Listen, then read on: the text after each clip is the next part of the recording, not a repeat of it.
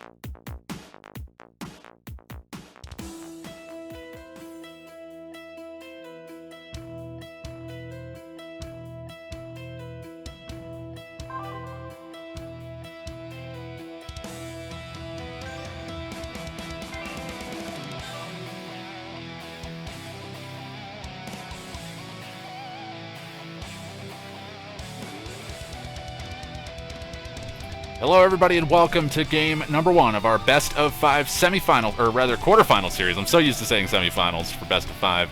And that brings us to the map Tiberium Rift. And spawn in the upper left-hand corner as the orange nod, we have Aeonian. And his opponent for this matchup down in the bottom right position, as we see a ton of scouts coming out here, as the green nod, we have Technique. So this is game number 1. And we will have to see how things shake out here. I'm not sure. That's a lot of scouts out and around. I'm not sure what he is building. Did he go? Yeah, he did go for a barracks, or rather, Hand of Nod. All right, so no, this is normal. It's been a while since I've actually seen a game, guys, so I do apologize. I'm going to be a little bit rusty, but we'll get into it as we get going through the day here. Ooh, late engineer here from Technique, and almost getting spotted by that Militant Squad, but I think that Militant Squad not wanting to get shot up there for Aeonian. And we'll have to see how things shake out. And I know that there has been mention of this Harvester bug. I've seen it in action a few times. It may be a reason that we see a bit more Nod today than GDI, but we'll have to see. Not quite sure what the solution will be. Actually, I think everybody's running on the hotfix, so we should be good. I don't see any shenanigans going on with Harvesters and stuff right now, so I think we should be okay. I think this hotfix should have everything sorted out. I will double check with Phantom and the other guys involved, but it is going to be a number of bikes coming out here from Technique, and he is going to be looking to put some pressure on Aeonian.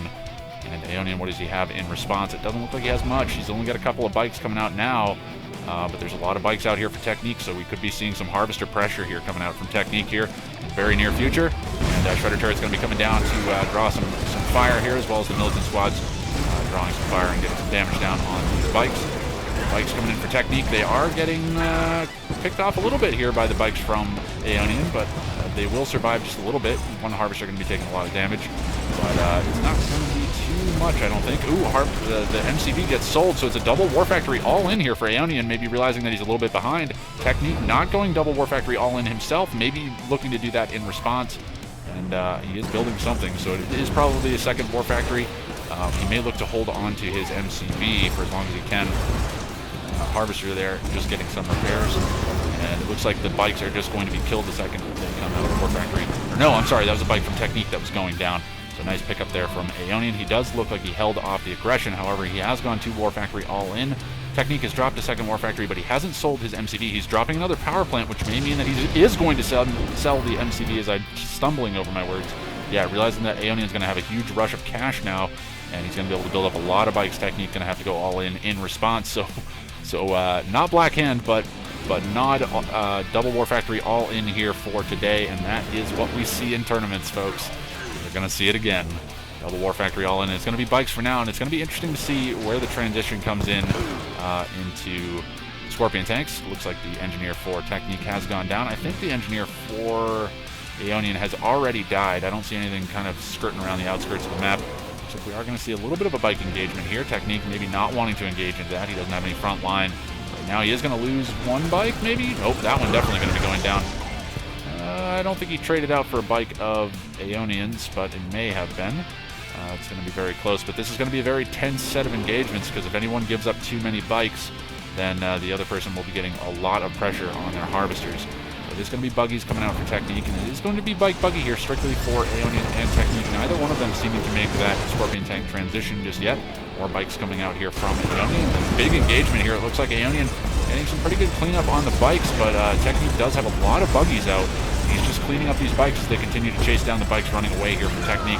Looks like the majority of Technique's bikes have gone down, but he does have a lot of buggies right now. He's going to have to transition into bikes or just look to go into Scorpion tanks here near future. No, it's more buggies coming out here for Technique. I'm kind of surprised by that. And he doesn't really have much in the way of damage. Maybe he's just looking to invest in buggies here to prevent these bikes from coming in just uncontested. But bike numbers very heavily in favor of Aeonian right now, and it looks like he might be looking to transition.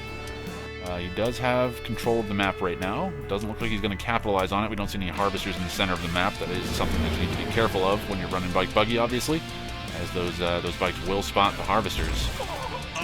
Looks like just some infantry getting shot up there, but Aeonian going to get a good scout off down in the bottom right corner. Looks like Aeonian did pull all of his forces back to his War Factories here for repairs, and it looks like he's just kind of letting Technique be for the moment, which is interesting. He must be looking to build an MCV. It's the only thing I can think of in this situation, that he's looking to transition out of this. No, he is building more more buggies, so he's just continuing to sit back. He seems to be content with waiting this one out, and that's going to be fine here. Let's see what we have coming out here for Technique.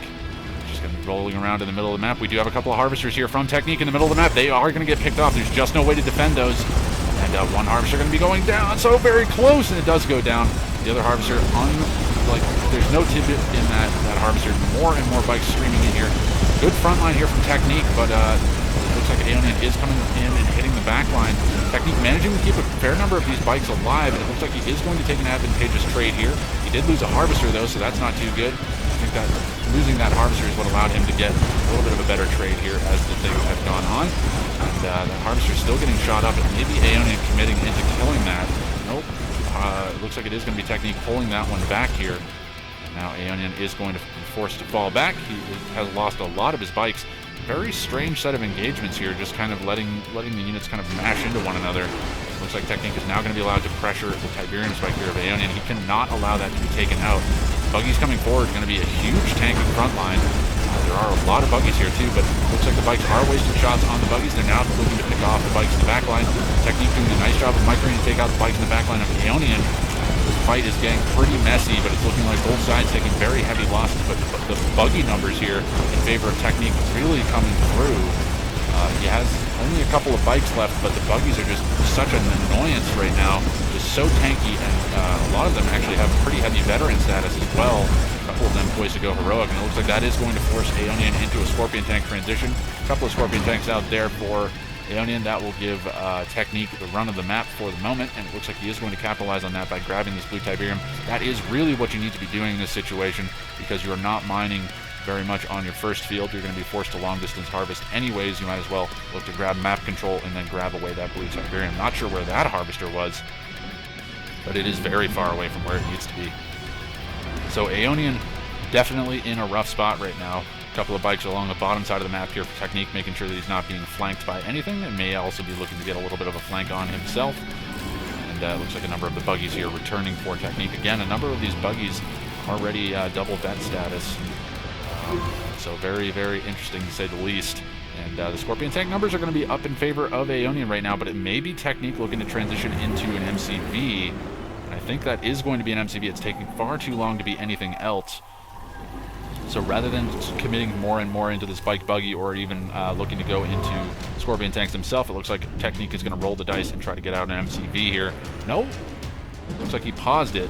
He's pumping out more bikes here, so it's kind of interesting. So we may see an MCV just pop out in the near future, as I believe he put that on hold.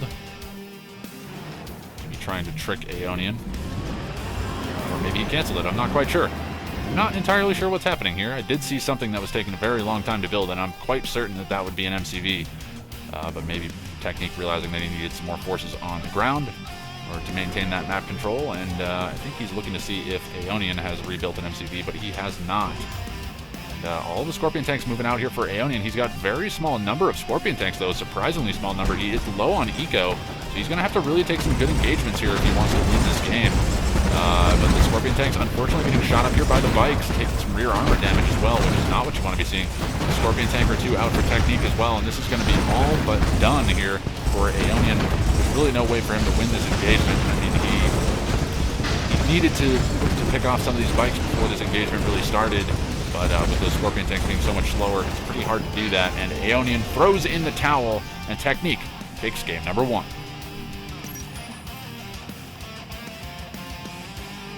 So pretty early on, it was looking definitely to be in Technique's favor.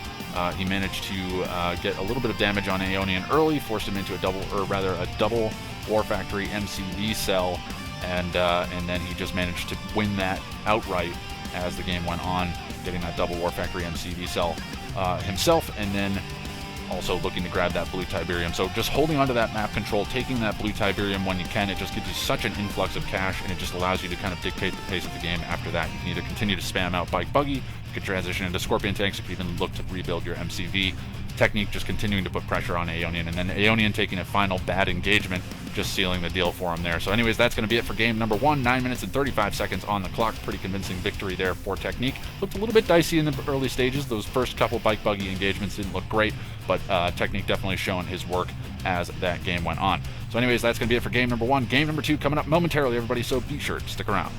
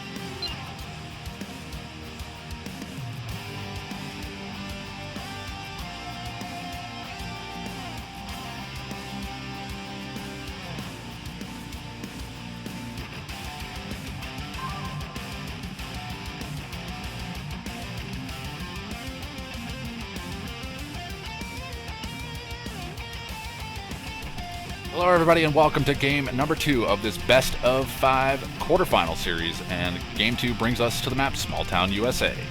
And spawning down in the bottom left corner, the man that's up 1-0 in this best of 5 series as the green-black hand, we have Technique. And spawning up in the top right corner as the orange Reaper 17, we have Aeonian. Alright, so Aeonian getting his map choice this time around, going for Small Town USA and going Reaper 17. Now we know he likes the Dev Core Rush. We'll have to see if that's what he opts to go for here. However, he has gone for a portal. He's going for both of his Tib Spikes. Makes me believe that maybe he's looking for a little bit more standard play. He is keeping that portal around rather than selling it off, which is interesting.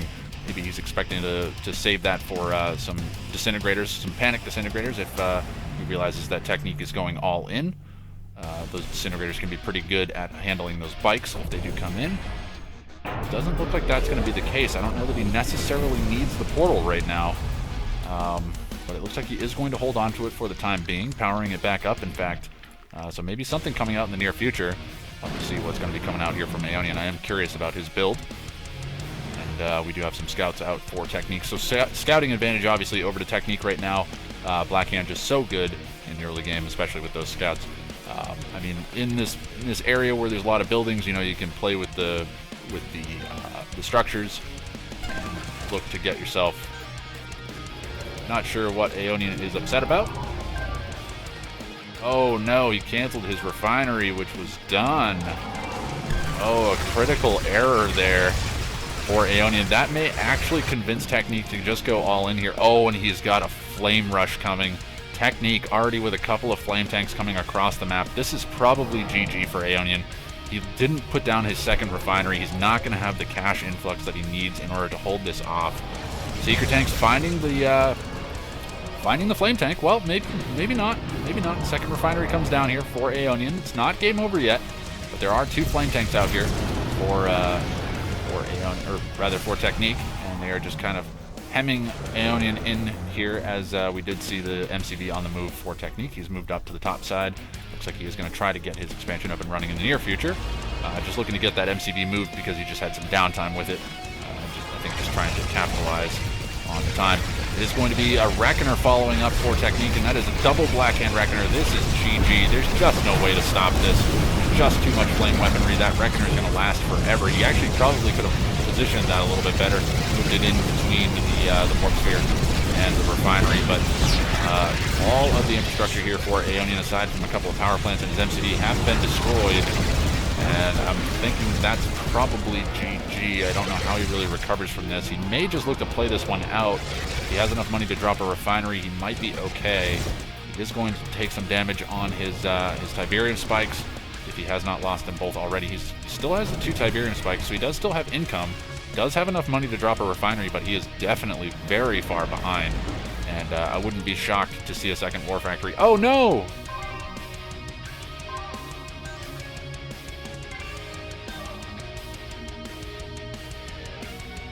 Why are we out of sync?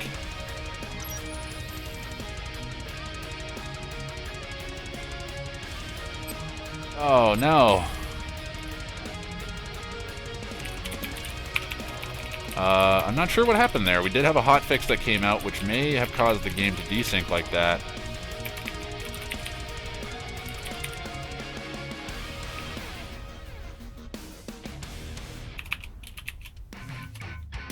Huh.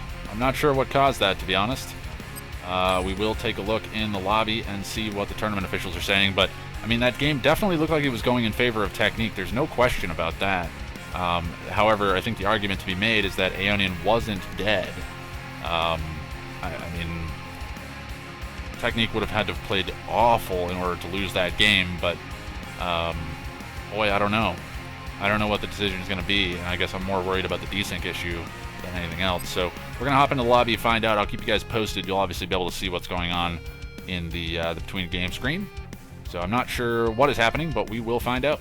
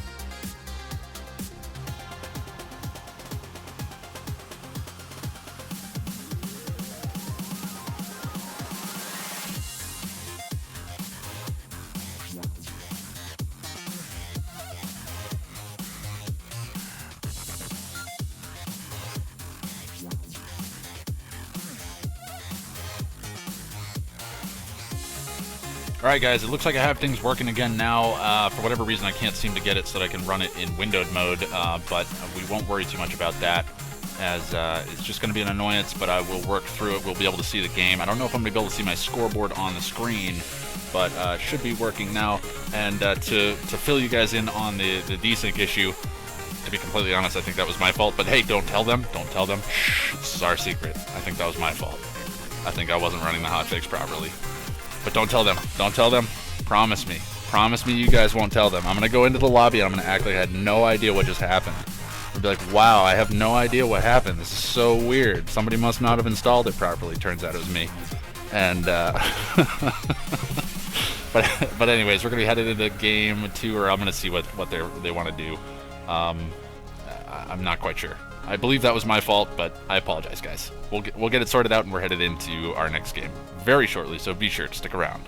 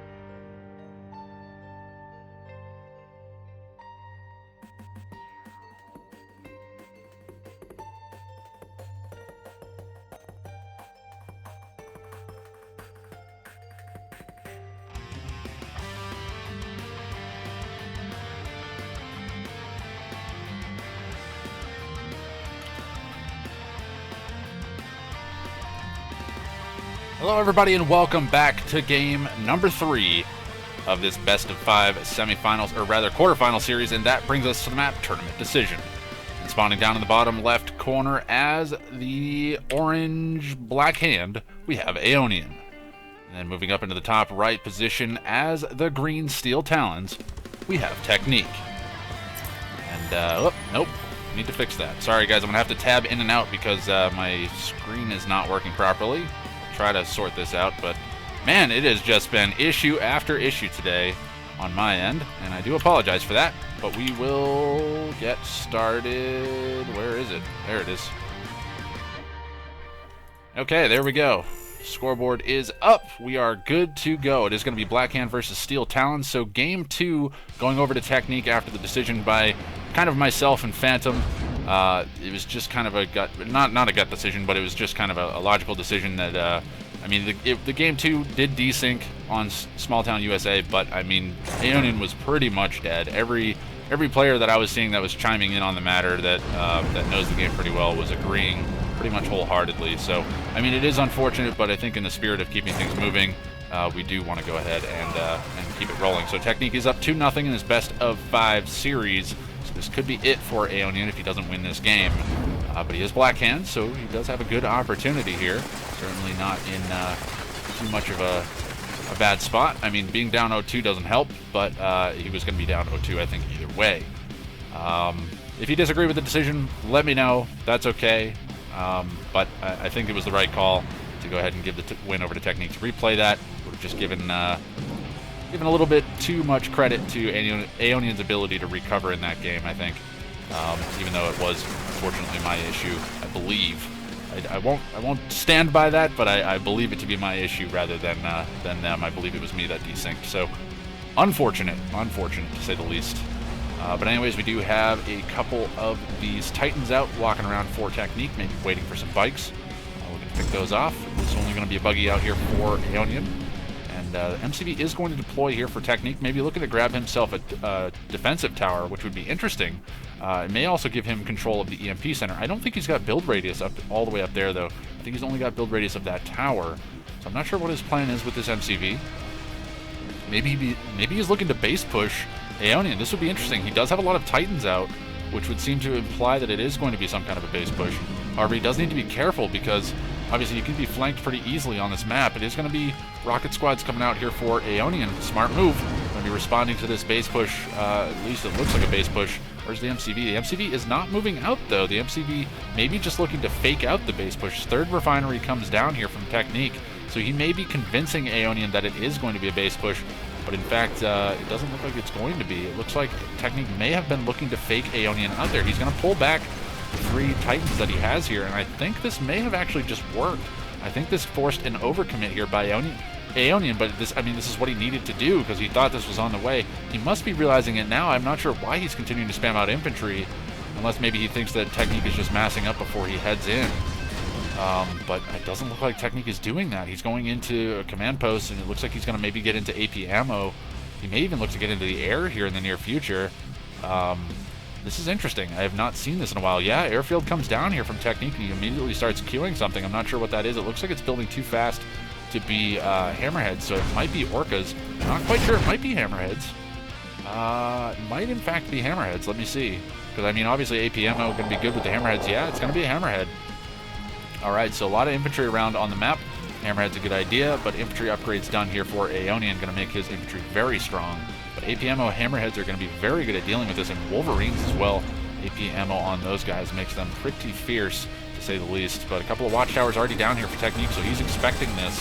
He's waiting for it. However, his MCV in a pretty precarious position. Those infantry could just run forward and look to do quite a bit of damage to that MCV, but they're going to instead focus down defensive towers here from Technique, force him to take some bad trades, and he's going to be forced to continue to spam out those watchtowers. Will Technique be able to hold the line against this? He's got a couple of hammerheads flying over the top. They will be focused down now, stacking up a little bit there. Both the hammerheads will go down. His infantry doing a lot of damage, but taking a lot of damage in return. They just need to focus down these Wolverines. More Wolverines coming out here for Technique, and he's just continuing to spam them out here. This infantry force, I believe, is all that's coming here for Aeonian. No, he does have some more rocket squads coming up from the backside of things. He's already up to tier 3, so he may actually be looking to go into a Redeemer. Not quite sure what the plan is there. Looks like a structure is ready to be dropped. Is he going to go into clicks? No, it is going to be a Redeemer. I thought he was going to go into clicks maybe, but no one clicks coming out here from him, at least not from what I've seen. But the MCV is on the move now for technique. A lot of these Wolverines down on the map. It would be nice to see kind of a stray flame tank around the backside of things here for Aeonian, but he does need to commit into his infantry. He is going to continue to spend money on it. However, maybe looking to transition into some armor here would not be a terrible idea. Looks like we do have some damage coming out here from a Pitbull, just getting around the side of the map here for technique. Just wants to see what's going on in the Aeonian's base. And it looks like a Harvester being pulled back there, pretty heavily damaged. And it's looking like Aeonian has been pushed back pretty heavily, and I don't know that he has much left. He's spent so much on getting this Redeemer out, and if that Redeemer does come out, it is going to be a problem here for technique. He doesn't have much in the way of a base killing force. It's mostly AP ammo, which is going to be good against infantry, not very good against this Redeemer. And more rocket squads coming out here. I think this is a mistake to continue to pump out rocket squads with all this infantry here. Obelisk comes down, going to be able to look to focus down the Wolverines pretty easily, and that obviously the Redeemer going to be looking to do quite a bit of damage as well. Rage Gen comes off, going to be raging. Some of the rifleman squads are going to take out some of their buddies there, but not too much to be said beyond that. Where is the MCV for technique? It is in the center of the map here. We do see a transition into Orcas here for technique. 3 airfields, going to be 3 airfield Orca. That's going to be interesting. And he has not gone into tier 3 by the looks of it. So it is going to be Orcas coming out for him. And the Orca's actually going to be pretty good against the Redeemer. MCV is on the move here for Aeonian. It looks like he's going up to the top side of the map, which may be a bit risky here, knowing that that technique is in the middle of the map here. There's going to be a couple of engineers coming out for technique, and I'll look to grab himself some of the tech structures here. He's going to grab himself the EMP control center, and it looks like both of the towers as well. Redeemer under a lot of pressure here. He spent a lot of money on this, and he did not expect all of these Orcas to be coming in doing a lot of damage. And now that Redeemer forced to run and try to get away from all of these AP ammo Wolverines. It does have a repair pad on it, so it should be able to survive it. It looks like it is going to be Purifiers coming out here for Aeonian in response. However, nothing to deal with these aircraft, and he needs to desperately get back to a war factory for repairs. He's trying very hard to run back, but he may actually go down. It's so very close to going down. More than likely, Orca's on the way here for technique, as he does want to kill that Redeemer. He does not want to allow it to sit there and get repairs from the war factory. It looks like the war factory repairs will be coming off, so that Redeemer will be kept alive. Radar scan comes in. That's a lot of Orcas, though. There needs to be anti-air defenses here coming in from Aeonian, otherwise he is going to lose that Redeemer. There's just too much damage coming out from those Orcas. Where are they? They're floating around. They're looking for an opportunity to engage. They're trying to avoid the bikes. To be honest, I think it might be even worth it to just sack the Orcas. He's going to lose an Orca or two there. No, it actually takes a lot of damage on them, but manages to make it back to base. Still alive. Looks like not actually going down there. And these defensive towers doing work against the bikes. They track them so well. So those defensive towers make it so difficult for those bikes to move out. And we do see the MCV up on the top side of the map here for Aeonian. I don't think Technique actually knows that that's there. Orcas all on the deck. 12 Orcas going to be waiting to engage. However, the Redeemer is almost back up to full HP, so pretty critical thing there for Aeonian to keep alive. That Redeemer, very important to keep alive. And it looks like there is going to be an Orca strike coming in to take out that husk, make sure that Aeonian doesn't pick that back up. Looks like the expansion here for Aeonian has been spotted by Technique. A bit of damage coming out from these bikes onto the Orcas. It looks like at least one of them went down, maybe a hammerhead, I'm not sure. And, there's a lot of Orcas on the map here for Technique. He does need to look to get some stuff on the ground here. He does have good map pressure right now, but these anti-air defenses are going to be really good here from Aeonian, as we do see some Mantis coming out now. Those very good once you get Tip Core missile upgrade. Very, very powerful indeed. Pretty much impossible for any aircraft to engage into them, just so much damage. And so very quickly they will kill things. But anyways, it's triple deck airfield here for Technique. Really nothing else to speak of. He only has a few of these Titans kicking around, but the Redeemer's back out on the move. Rage Den goes off, gets a great Rage Den. He's going to do a lot of damage to these Titans. One actually goes down with the assistance of a shot from the Redeemer itself.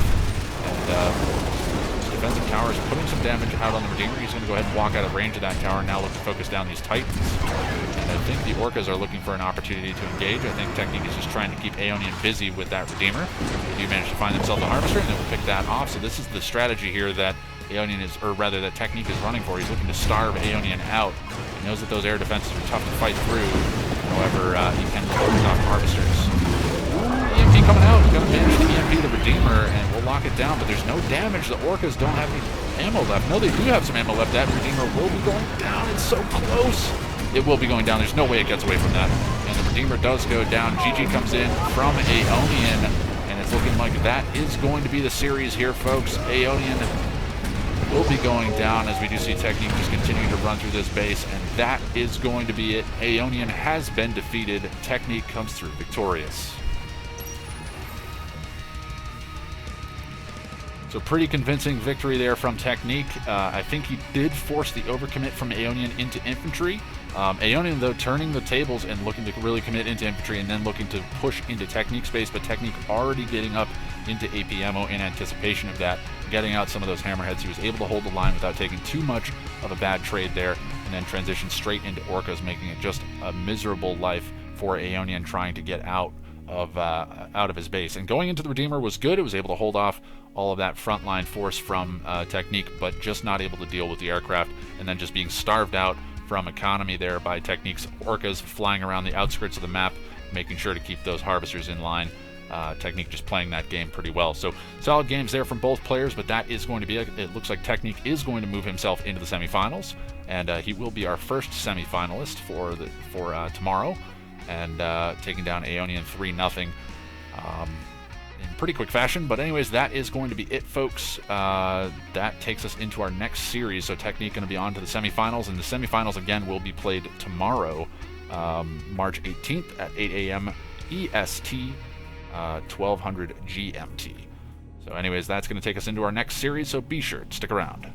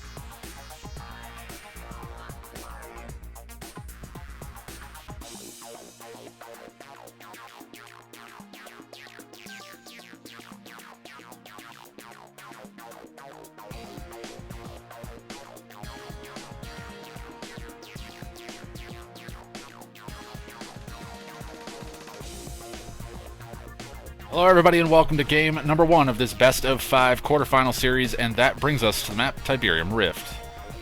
And spawning up in the top left position as the red, kind of scrin faction, red scrin in fact, we have Phoenix. And down in the bottom right as the yellow scrin, we have Senna. And I did not fix my scoreboard, so you guys are going to have to wait. Oh god, stuff is happening, why? I forget what everybody's color was. I'm going to go ahead and do this. I think that's right. Let's see if I was right. I was not right. Oh god. Let's try this again. Already forgotten the colors. Just like this. Invert it. This is a mess when I can't do it in windowed mode. Alright, is that right? Phoenix, Senna. Alright, we're good. Phoenix and Senna. How about that? Alright, disintegrators coming down on the bottom side of the map here for Phoenix, and it is going to be some disintegrators through the middle of the map for Senna. I don't think either side has actually seen this happening. I apologize, this is actually some pretty interesting early action that I'm missing. I don't think anybody has actually seen each other. No, there are actually some disintegrators here. They have spotted the other disintegrators from Phoenix. However, I don't think Senna has any idea that there are these disintegrators on the bottom side of the map, so he may very well be jumped here in the near future. And it looks like Phoenix is actually going to win this fight as well, so this may be GG here for Senna very early on into this game. I don't think he's going to have any way of holding this off. He doesn't have any defenses queued at the moment, and Phoenix is about to roll up into his base. And he comes in on the side where there's the power plant. The power plant's going to be going down straight away. And this disintegrator force is going to kill off this base very quickly. Still no defensive towers coming down here from Senna. He's building more and more power plants, but I don't even think he realizes that this is happening. He must realize that this is happening now. And his war factory will be going down, or rather warp sphere. Defense is coming down now from Senna to try and hold his refineries. But man, if he loses a refinery here, that's going to be really bad. Another power plant going to be going down. Instead, he's going to focus fire down the buzzer hives. So taking a lot of damage. More and more of these buzzers coming out here for Senna. So, man, this spreading fire all over the place here for Phoenix. But he is going to clean himself up a harvester. And I believe that harvester was full of Tiberium. So it's not over for Senna. He did manage to hold. He's not in great shape. He does lose his Tiberium spike as well. So Senna is still alive, but in bad shape. But Phoenix did commit a lot of money into that push. So he's not going to be in the greatest shape either. However, it looks like he's going to use this time to send harvesters to the blue Tiberium field. Get some extra cash from that. So I think these guys, I mean, Senna does have the double refinery right now, which is pretty big. And Warp Spear does come down for him as well, but he's got to be stalled on cash. I'd be curious to see what these guys have for money. Yeah, they're both very, very low on funds right now. And they're going to just be trying to get up and running. It looks like Phoenix manages to get down his second refinery. He does have 4 harvesters, 5 harvesters actually. So he is up to 5 and 2. So actually Phoenix in definitely better shape right now, as he has a 3 harvester advantage over Senna. And he doesn't have any units out on the map, but it looks like it's going to be a scout coming in there from Senna. Going to be denied by Phoenix. Nice pickup there. Very quick to react to that. 6th harvester comes out here for Phoenix. I'm kind of surprised about that. Maybe looking to keep an extra harvester alive for the blue Tiberium field. And it looks like it is going to be the nerve center coming down here for Phoenix. So going into tier 2. May actually look to go straight into tier 3, which would be interesting. Maybe some fast Mechapedes, knowing that he has the advantage on Senna. Mechapedes would actually be interesting here, I think. Or maybe it's going to be Devour Tanks. I'm honestly not sure. Devour Tanks don't give you much map pressure, though, as you do have to defend them. Not quite sure what the plan is with this Nerve Center. He's definitely building something. It's got to be a tech center. That's the only thing that he could really be queuing at this point. We do have a Gunwalker down to the bottom side of the map. Senna, being left to his own devices, he is being allowed to catch up here. He does have a Nerve Center of his own, so he's going to be a little bit behind in terms of getting his tier 3 down, but he is up and running. Tier 3 is down here for Phoenix, and let's see what it's going to be. Is it going to be tripods? Is it going to be Mechapedes? More than likely Mechapedes, just because it gives you that map control early on in the game. And yes, it is going to be Mechapedes, so smart move here from Phoenix. And let's take a look and see what Senna's up to. He does not have that tier 3 yet, but he must be working on it. Tier 3 is about ready to drop here, so going to be a little bit behind in terms of getting his Mechapedes out, and I think he is stalled on cash probably. But there are 2 refineries there, and there's a lot of harvesters, so he does have the ability to catch up here. But he's going to have to give up map control early on to Phoenix. And Phoenix, again, using this time to really take over that blue Tiberium field. This is the high level of play that you expect to see in a tournament like this. Taking over that blue Tiberium field, taking the advantages where you can get them. Because every little bit will matter. Phoenix already down to his expansion. Going to be looking to get that refinery established on there and really get his eco cranking up, so that way he can start producing a lot of Mechapedes and maybe look even to transition into tripods and a hexapod in the near future. But I think they're both base scrin. Yeah, they're both basic scrin, so they do have the opportunity to do some teleport hex lane. But we'll have to see if that ends up being the case. It looks like the Mechapedes have moved into the base here of Senna. They're going to try to take out some of the Mechapedes of Senna, and they do manage to take them down. And now they're just going to go ahead and camp out this refinery here of Senna. They're going to have to continue to focus down. Ooh, Senna being forced to sell up, and it looks like he is going to sell himself out of this game. So Phoenix goes ahead and takes the victory there, just moves out with the Mechapedes too quickly for Senna to react to, and that is going to be game. So yeah, I mean, it was looking like a pretty convincing victory there. After Phoenix took that significant victory in the early game, it was really Phoenix's game to lose in that situation. He just had such an advantage. But man, I mean, look at the resources graph. There's really, I mean, there's a definite difference, but you could see Senna was catching up. So smart move there from Phoenix to engage when he did, manages to catch him when he just can't hold it. And that's going to be it for game number 1. So a short game number 1, 5 minutes and 59 seconds on the clock, just under 6 minutes. And it is going to be a victory over to Phoenix, and that's going to take us into game number 2, and we'll have to see if Senna can even things up and keep himself alive. And that's going to be coming up momentarily, everybody, so be sure to stick around.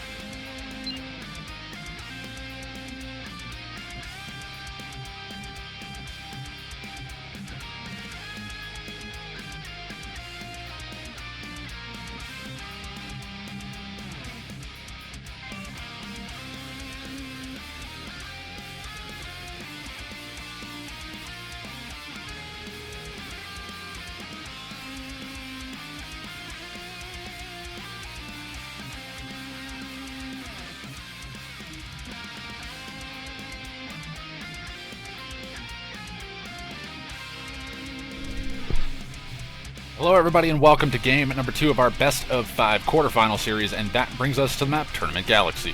Spawning down in the bottom left position as the blue Marked of Kane, we have Phoenix.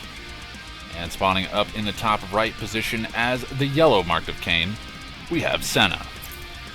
So it is going to be interesting, a Marked of Kane mirror matchup here on Tournament Galaxy. I'm not sure if this is like the new meta, if this is what people do, but it is going to be a mirror matchup here, and Marked of Kane not being the faction that I would have ever expected anybody to actually choose. Not that it's terribly underpowered, but it's just, it doesn't really have the strengths that you would see from some of the other factions. But maybe on this map, people have figured it out, and Marked of Kane really shines. Or maybe they're just looking to mix up the factions. I'm not sure, but I like it all the same. And it is going to be just kind of standard play out from these guys. I mean, there's a couple of these Awakened squads, which are going to be an annoyance for Senna as they get into his base, because he'll be able to EMP down the refineries or even the MCV and kind of delay Senna just a little bit. However, he is probably going to draft a Shredder turret in order to deal with it. So it's going to be on Phoenix to actually EMP the Shredder turret when it is dropped, so that way he doesn't lose all of his Awakened squad too quickly. You can see a couple of bikes coming out here from Phoenix as well, so may actually be looking to EMP a Harvester. This would be interesting. Oh, is that Harvester going to... Ooh. Thought that Harvester was going to spawn and crush all of his infantry. Oh, and it does get 2, but it gets EMP'd straight away after that. A couple of bikes in here, going to be looking to focus down the bikes of Senna in response. More bikes streaming in here for Phoenix, and going to force the sell-off of the refinery there from Senna in response. So nice pickup there from Phoenix, forcing the sell-off of the refinery, and he's going to cut and run. This is a smart move. Smart move to get running. What do we have going on the left-hand side? It looks like just a single Awakened squad made its way into the base of Phoenix. Probably got its EMP off already. Can't actually see if it's on cooldown or not, but Phoenix already packed up, moved for the expansion, so we're going to be looking to get his economy established on that field. And a couple of these Awakened squads just running around on Tiberium, going to be taking some damage. Nothing too much to talk about right now, as we do see these guys just kind of ecoing up. Annoying EMP comes down on the refinery just as a Harvester was about to dock, so we're going to slow that down a little bit. But that Awakened squad will actually just die on its own, just standing in the Tiberium field, so Senna might want to do something about that. Looks like he is going to move it off the field, force Phoenix to do something about it if he wants the EMPs to stop. And we see our first Scorpion tank of the game coming out here from Senna. Not quite sure what his plan is with that. Scorpion tank should be interesting in this game, considering it is Marked of Kane mirrors. Imagine the EMPs are going to be really important here, as they are pretty significant. So second War Factory comes down from Senna. He is definitely behind. Harvester's under pressure now. Going to be taking a lot of damage. Good EMPs coming out from Senna, but he will lose one Harvester, so very unfortunate there. Has nothing really to damage these bikes, though. Only one Scorpion tank, and that's even going to go down. So this is not looking good for Senna. It is definitely looking good here for Phoenix. He's going to take out another Harvester. And this may, in fact, be GG for Senna. Yeah, he sells up. That is going to be it for this game. Senna has been defeated. Phoenix picking up a quick game number 2 to put himself up 2-0 in his best-of-5 series. Yeah, so 3 minutes and 48 seconds on the clock. That's about as fast as you can do it, especially with Marked of Kane. Looking pretty good here for Phoenix. He's looking in dominating shape today. And let's take a look at the resources tab again. Yeah, you can see he just spiraled out of control as he took out that Harvester from Senna, or at least delayed it, and then forced the sell-off of the refinery. That was pretty significant. So, yeah, Senna just behind the 8 ball early on, and just wasn't able to deal with it. So, anyways, that's going to be it for Game 2. Not much more to be said. And that's going to take us into Game 3, and this could be the deciding game here if Phoenix is able to clean things up, or Senna could look to mount his comeback. And that's going to be coming up momentarily, everybody, so be sure to stick around.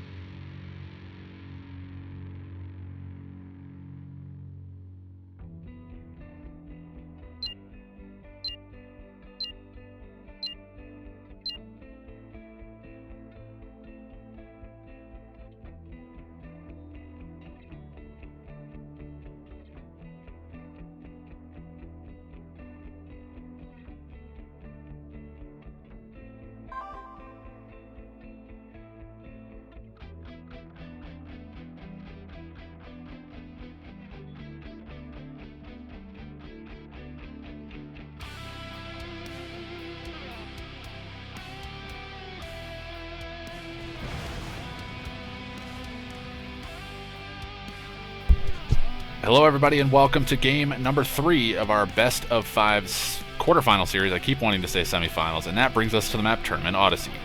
And spawning down in the bottom left position as the green nod, we have Phoenix. And spawning up in the top right position as the yellow screen, we have Senna. And I just realized I messed up my scoreboard, so don't freak out. We'll fix that real quick and be back into the game. There we go. Alright, so Phoenix is up 2-0 in this best of 5 series, so he just needs to win one more game, and he has secured himself a spot in the semifinals for tomorrow. We will have to see how that shakes out. Senna going to be battling for his life here and opting to go Tournament Odyssey. I do like this. This is going to be interesting. Scrin being the faction of choice here for Senna. I will be curious to see how he does with this. Phoenix is going to be looking to be pretty aggressive here as he is playing Nod. And we do see the Operations Center come down here for Phoenix, and he's going to look to get out some flame tanks. Maybe a flame tank, maybe a Reckoner. Not quite sure what he's going to look to do. We don't see a Hand of Nod being created, so more than likely going to be flame tanks coming out here for Phoenix. We'll just take a minute to see what comes out. It is going to be a flame tank. The question is, will Senna be able to respond to this in time? Sphere just working on those harvesters here. He doesn't have much in the way of scouts. There's a few disintegrators running around the map, but oh, they are going to spot the flame tank. That is convenient timing there for Senna to just be walking in. Unfortunately, loses those 2 disintegrators, but going to be worth it to say the least. And it looks like disintegrator's going to be trying to deny the Tiberium spike. Waiting, Phoenix looking to wait and take this out here with a couple of militant squads. They're going to run in and look to take down the disintegrators. Not sure where that flame tank ended up, but it looks like that flame tank was actually just kind of sitting around. Nope, actually it was driving backwards. You can see kind of the tracks here on the map. Came forward. It looks like he's trying to find an opportunity to get into Senna's base, but now that Senna knows that it's there, he should have plenty of time to react to it, so it shouldn't cause too much trouble for him, aside from just forcing him to not really know where it is, because it could pop out of the fog of war at any spot. So he does have to do a bit of scouting now to try and find it. It looks like Phoenix just going to be keeping it alive by moving it around the map. I won't say where it is, just in case these guys have me up on their audio feed. But it looks like Senna just going to be ecoing up now. It looks like he's got enough secret tanks out to be able to at least keep an eye on that flame tank, make sure that it doesn't get into his base, and he just doesn't want to stray too far away from his base. In the event that flame tank does show up, that the secret tanks will be able to deal with it.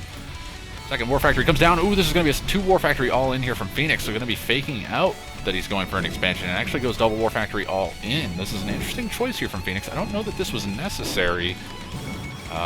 This is going to be interesting to see if this actually works. He knows that there's secret tanks out on the map, but I mean, double War Factory all in here for Phoenix is actually going to be pretty good, because this is going to be difficult for Senna to actually stop. He's going to need to drop a tier 2. He's already working on it.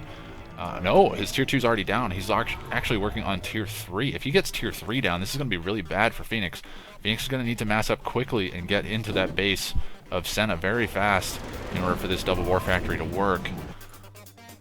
This is going to be interesting. We do have a number of buggies out, and Buggy's actually pretty good against these secret tanks.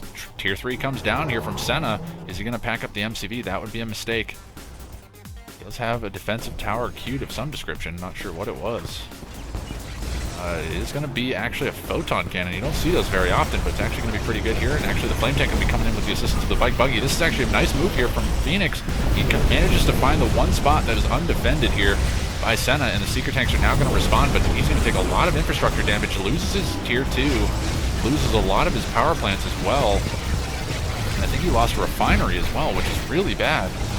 This is not good. Another flame tank coming in on the top side of the map here for Phoenix, and he's actually got an opportunity to take a shot at the tank assembler. No, instead he's going to focus down the warp sphere, look to deny additional secret tanks out from Senna, and just look to keep this damage going. And that's going to be it. I think he sells up his tier 2, and there's just nothing to actually hold this. Is this going to be game 3? This does not look good here for Senna. I just don't know how he responds to this. There's nothing that you can do in this situation. You can't put out secret tanks because you don't have a warp sphere. You can't. I mean, the only thing you can look to do is drop portals, but those aren't going to be enough. And that is going to be it. Senna has been defeated. Phoenix just taking 3 games so convincingly in this best of 5 series. 5 minutes and 10 seconds on the clock. I think we had like a grand total of under 20 minutes for those 3 games. Phoenix definitely showing that he knows what to do in these situations and just played it out so well. I was skeptical of the tier 3, but I mean, or rather of the double War Factory all in, but there's just no way that Senna knew that was coming. And obviously the Flame Tank still being out on the map from the early rush, forcing Senna to spend on that rather than economy, really forced him into a spot where he couldn't really defend his base all that well. And going to tier 3 without knowing what Phoenix was up to was a gamble, but it's a gamble that didn't pay off. So Phoenix going to be taking the victory there in convincing fashion, 3-0, looking in great shape headed into the semifinals tomorrow, and we'll have to see who he ends up facing off against. I think he actually ends up facing off against Technique. So I think the first series tomorrow will actually be Technique versus Phoenix, which, I mean, in any other tournament could potentially be the finals. Those two guys are extremely good, so we'll have to see how that shakes out, but that's going to take us into our next series. I'm not quite sure who it is that we're going to be seeing after this, but man, this is looking good. These guys are looking in good shape right now. So anyways, that's going to be it for this series. We're going to be headed on into our next one. I'll give you an update as to who that is momentarily, but be sure to stick around.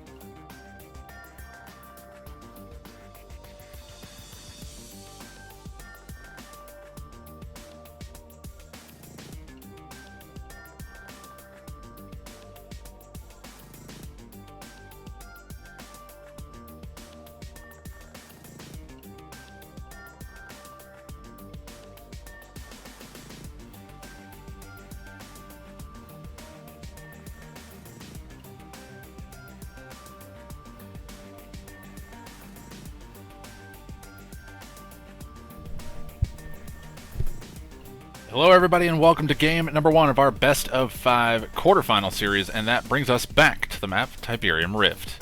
Spawn in the upper left-hand corner as the red GDI, we have Master Leaf. And then down in the bottom right position as the pink nod, we have One Vision. This is game number 1. This best of 5 series, and we'll have to see how this one plays out. This is probably one of the more anticipated matches of today. Players slightly closer in skill level. Master Leaf obviously a little bit favored to win, I think, but I know there's a lot of pull for him over in Twitch chat for One Vision. And we'll have to see. Oh, wait. Okay. I don't know what happened, but it looks like we're going to restart.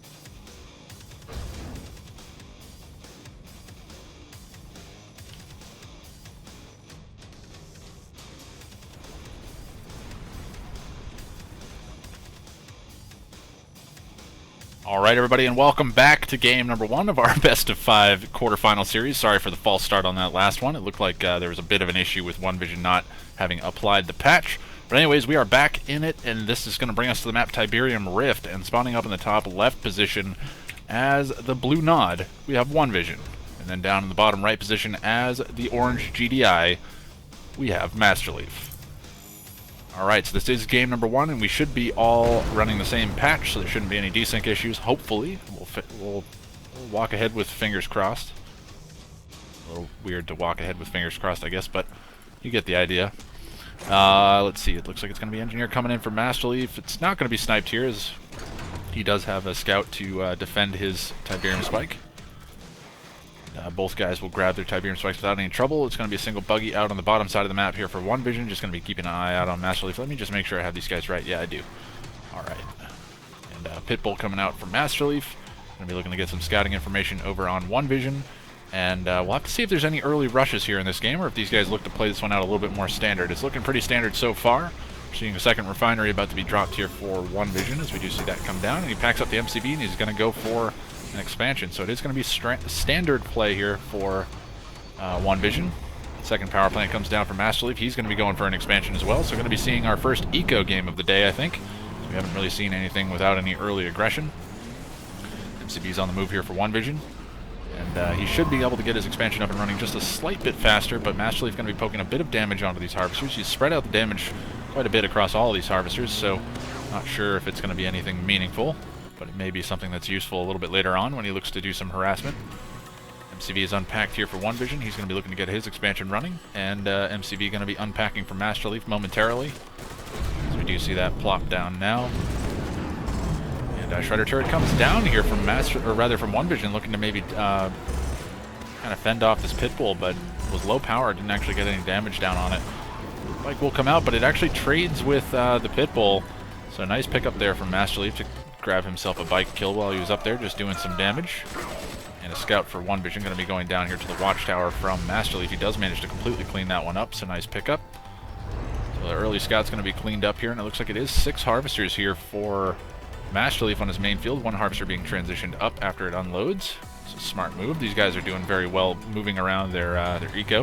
Looks like OneVision actually going to be using this time to grab some blue Tiberium at the center field, but he's going to be caught out by a couple of Pitbulls here. May actually go down here, so OneVision being a little bit greedy, sending his harvester out without any protection at all. And now these bikes are going to have to try to fight very hard to defend this, but now this is dead. There is no way that's going to survive, and 1 Pitbull being traded out. Oh no, they're choosing to fire on different targets. This was a mistake. Oh no, is he's going to lose another Pitbull for that? That was a mistake. So Master Leaf going to lose another Pitbull? Yeah, he lost 3 Pitbulls for that. So I don't know. I mean, it's definitely worth it because it's a blue. It was a harvester returning from the blue field, so definitely a lot of eco there. But I mean, OneVision taking the best of a bad situation, I guess. Let's see what we have coming out here from Master Leaf.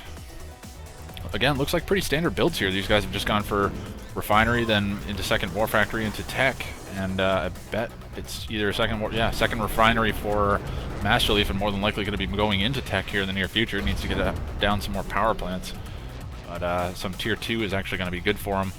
in the near future. Let him get some aircraft out maybe to deal with the Scorpion tanks, or I'm not even sure what these guys are going to look to do. This is the interesting part of the game for me when you get to this expansion, and you get a little bit more money and you can kind of decide what you want to do. Neither one of these guys has really convincing control of the map right now.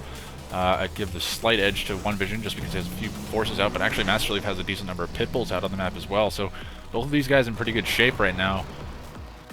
Can't really fault one or the other. I think One Vision may be a little bit behind due to losing that Harvester, but it's not going to matter too much. Airfield coming down here for Master Leaf. What he's going to choose to build there, is it going to be Orcas or is it going to be Hammerheads? Hammerheads a bit better over the long term. Orca's pretty good early on here if he can manage to catch out some of these Scorpion tanks. We do see Predator tank transition out from Master Leaf. Going to be coming out in response to the Scorpion tanks from One Vision. Looks like One Vision may be looking to use this opportunity to try and steal away some of that blue Tiberium, but he does need to be wary of these pit bulls that are still floating around the map, and I think Master Leaf realizing that his base is pretty much undefended, but he's going to be sad to see that there is an Avatar here, which is going to pretty much one-shot. Ooh, needs to deploy the MCV, needs to deploy the MCV right now, otherwise he's going to lose it.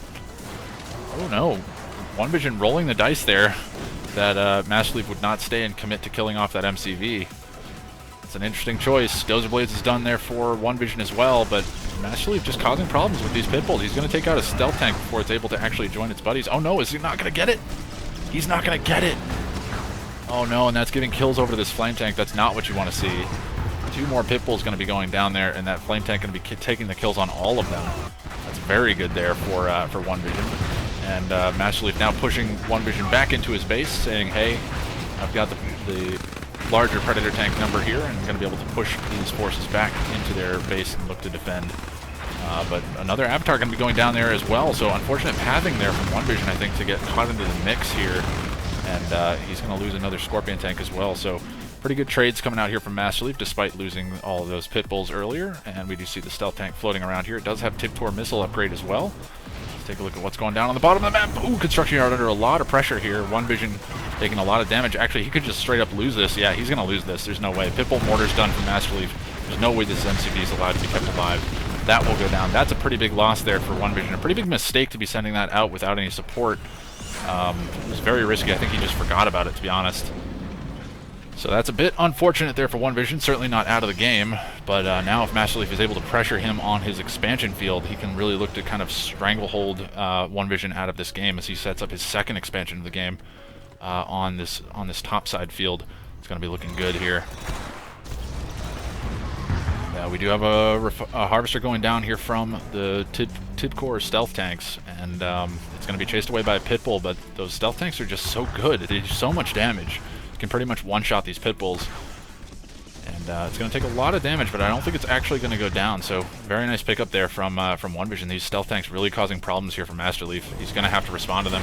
He's going to respond to them by going face first into these avatars, and I don't know if this is the right decision here. He's taking a lot of damage from just 2 avatars. Another Predator tank goes down. If he takes down a third, that may actually make it worth losing the Avatar. Third Predator tank goes down, and that Avatar could be pulled back. More Avatars flanking in from the south and actually going to catch all of these Predator tanks. All of them will go down. Another shot comes in from that Avatar there. So not looking good here for Master Leaf, losing a lot of forces and actually still dealing with this flame tank, or rather the stealth tank. I think it finally went down. Looked like that pit bull managed to secure the kill. But there is some carnage coming on down here in the bottom side of the map here. Master Leaf pushing back into One Vision's base, just kind of keeping him honest down here at his expansion. MCV is back out. It looks like Harvester is unfortunately kind of caught there at the refinery. This one doing a little bit of a dance. Actually, this refinery completely stalled. It looks like his Harvesters are bugged out. That's unfortunate. You don't want your Harvesters to bug out like that. You need to get those back and working, One Vision. I can't believe that's happening right now. That's very unfortunate. He's probably stalling on cash too right now. Probably can't figure out what's going on. Is that Harvester going to actually dock? None of these Harvesters are docking. Why? What is happening right here? There we go. Alright. Very strange. But anyways, it looks like it is going to be Avatars moving forward here for One Vision. Going to be looking to put some pressure on the base of Master Leaf. What does Master Leaf have in response? He has Railgun Mammoth tanks, which are actually going to be pretty good. Looks like the airfield doesn't really have too much to speak of. Probably some hammerheads floating around. Looks like pit bull mortars are going to be moving into the expansion, and they should be coming in here pretty much uncontested. Yeah, unfortunate Harvester bug. Did lose a lot of economy time waiting for those harvesters to get back to work. And now these pit bulls going to be just ravaging the backside of his base. He's going to really have to look to push forward into this base with these avatars, but those, I mean, there's just so many of these railgun mammoth tanks that I don't know that One Vision can really do meaningful damage here.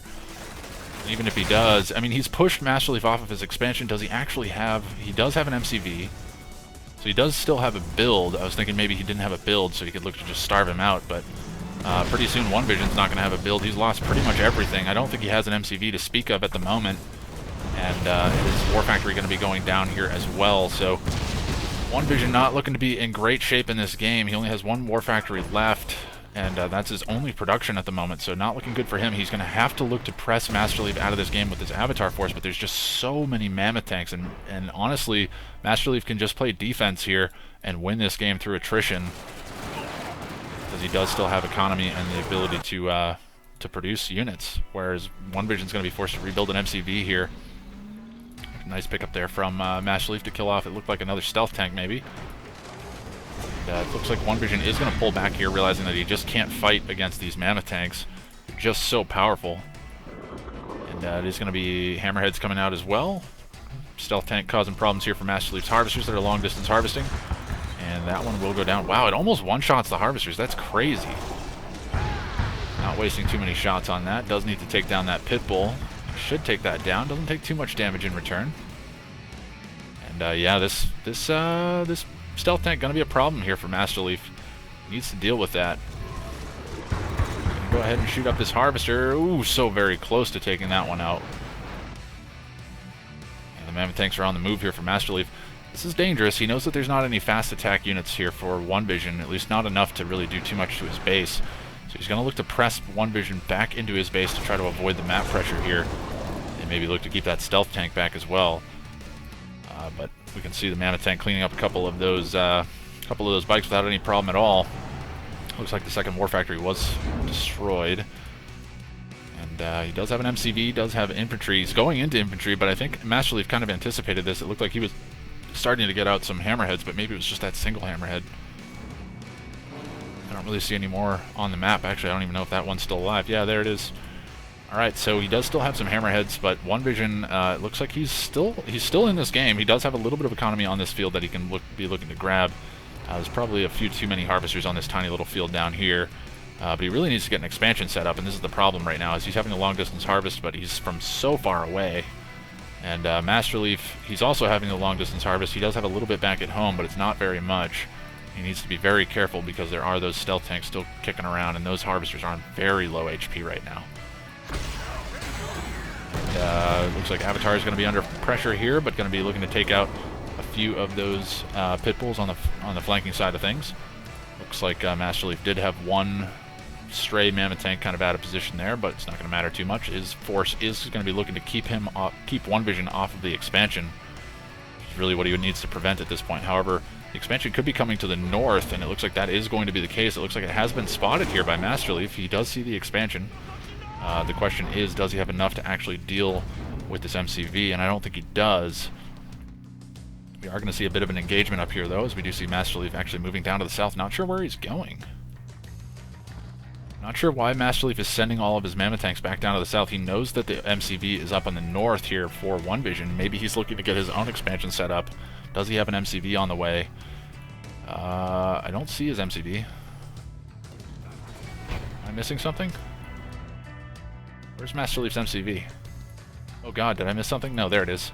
Yeah, so Master Leaf is way out of position here, in my opinion. I don't know why he sent all these units down to the south. It looks like he's just trying to prevent One Vision from sneaking into the backside of his base. He does have just a refinery and a barracks here, but I think he's overcommitted to this side of the map. I mean, he could easily be up on this side of the map and be looking to pressure this expansion off of One Vision and look to hold on to this expansion for himself. It's very interesting that neither one of these guys even realizes that the other one's at the expansion. I think Master Leaf knows that he's here, but it doesn't seem like he really has anything to do about it.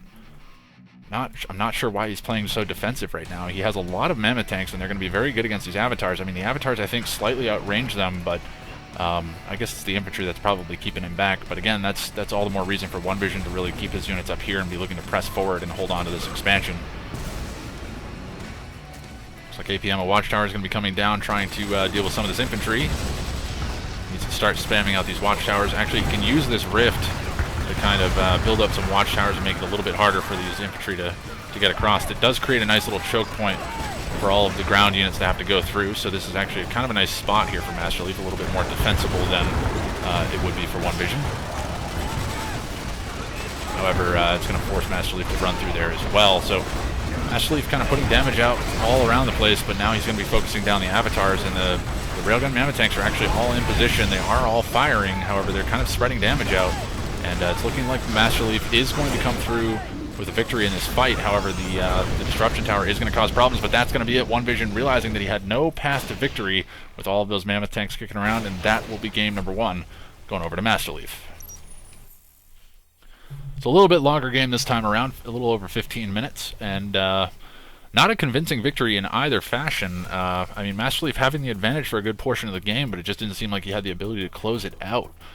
Taking down the MCV of One Vision pretty early on put him in a good position, but just unable to punch through and and find the killing blow on One Vision, mostly due to that stealth tank just causing so much problems for him in terms of long distance harvesting. So anyways, that is going to be it for game number 1, and that is going to take us into game number 2 with Master Leaf up 1-0 in this best of 5 series, and that's going to be coming up momentarily, everybody, so be sure to stick around.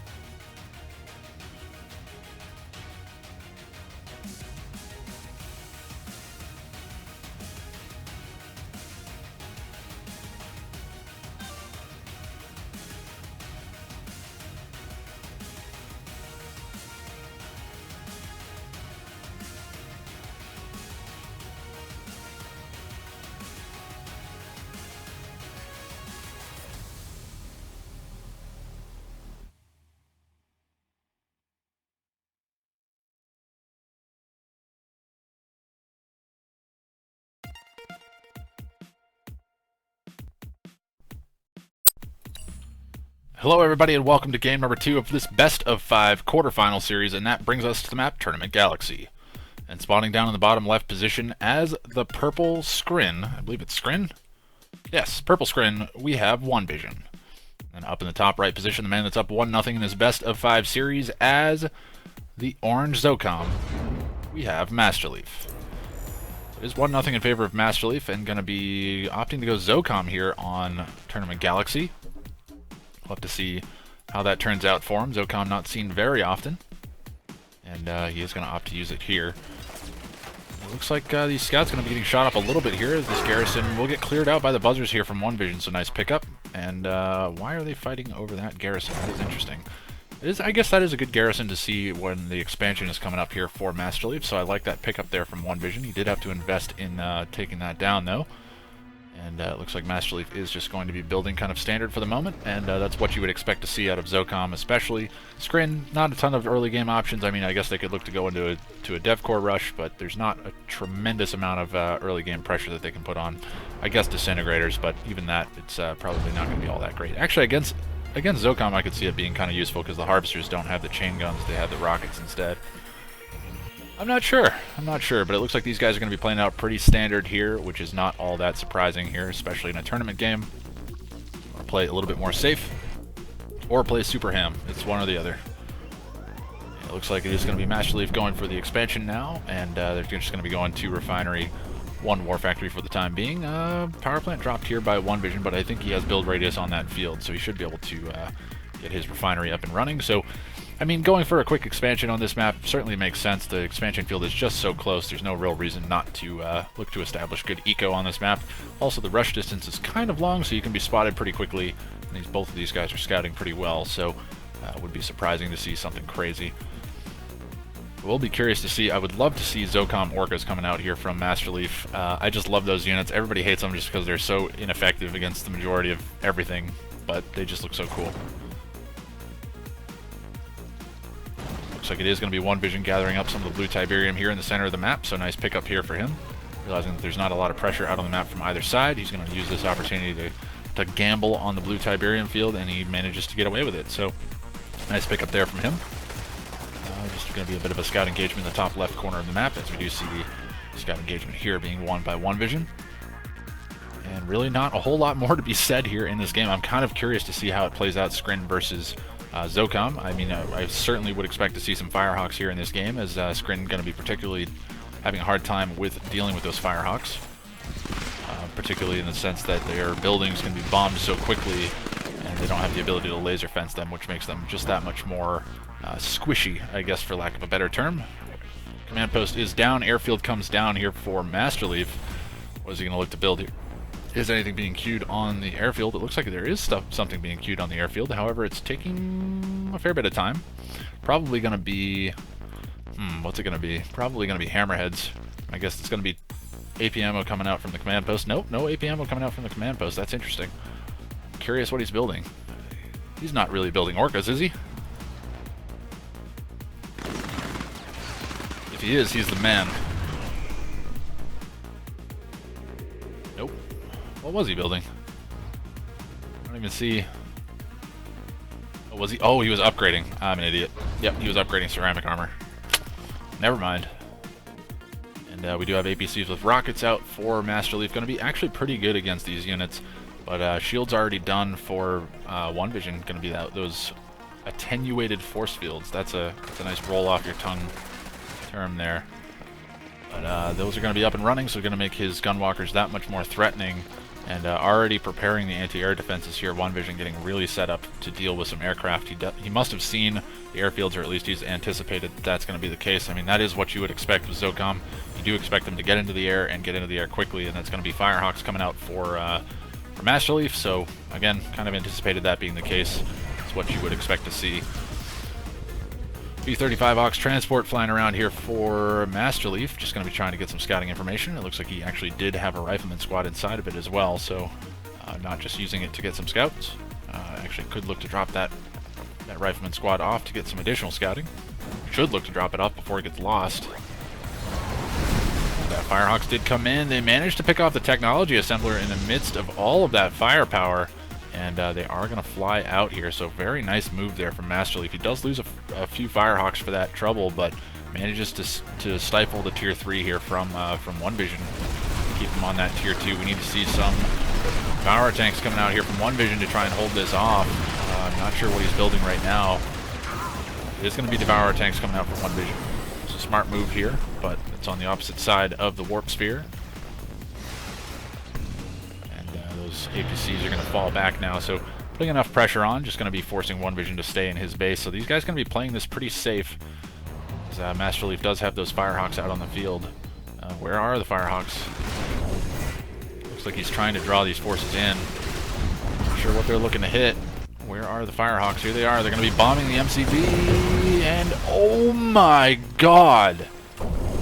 That repair tool saved that MCV within like a quarter of a second, maybe less. I cannot believe that MCV survived. It didn't have any HP when I clicked on it. It was literally empty. So that's about as close as it gets there for One Vision, but more than likely the follow-up bombing run is going to take it out, and I think Master Leaf's just going to fly in and do that now. He wants to make sure that that is taken out. Oh, he's going to bomb the Tier 3. This is a nice move here from Master Leaf. He's going to lose 2 Firehawks for that, though. And the MCV is still alive. It's back up to full HP. It looks like One Vision has gotten an assimilator inside of it. So smart move to keep that alive. Man, unfortunate there for Master Leaf. That would have been a big pickup if he could have taken that out. Because that would have pretty much been game for One Vision. The war of attrition definitely would have gone in favor of Master Leaf over the long haul. But man, just One Vision being forced to just spend so much money on anti-air defenses, he can't even move out of his base because he has to invest everything that he has in defending his infrastructure. I mean, the problem with this is he has to get on the ground right now, and he has to look to put some pressure on Master Leaf on the ground, but he just can't because he can't move out of his base. Just doesn't have any money, doesn't have the ability to get any tech units out because he just can't keep this this tech assembler alive.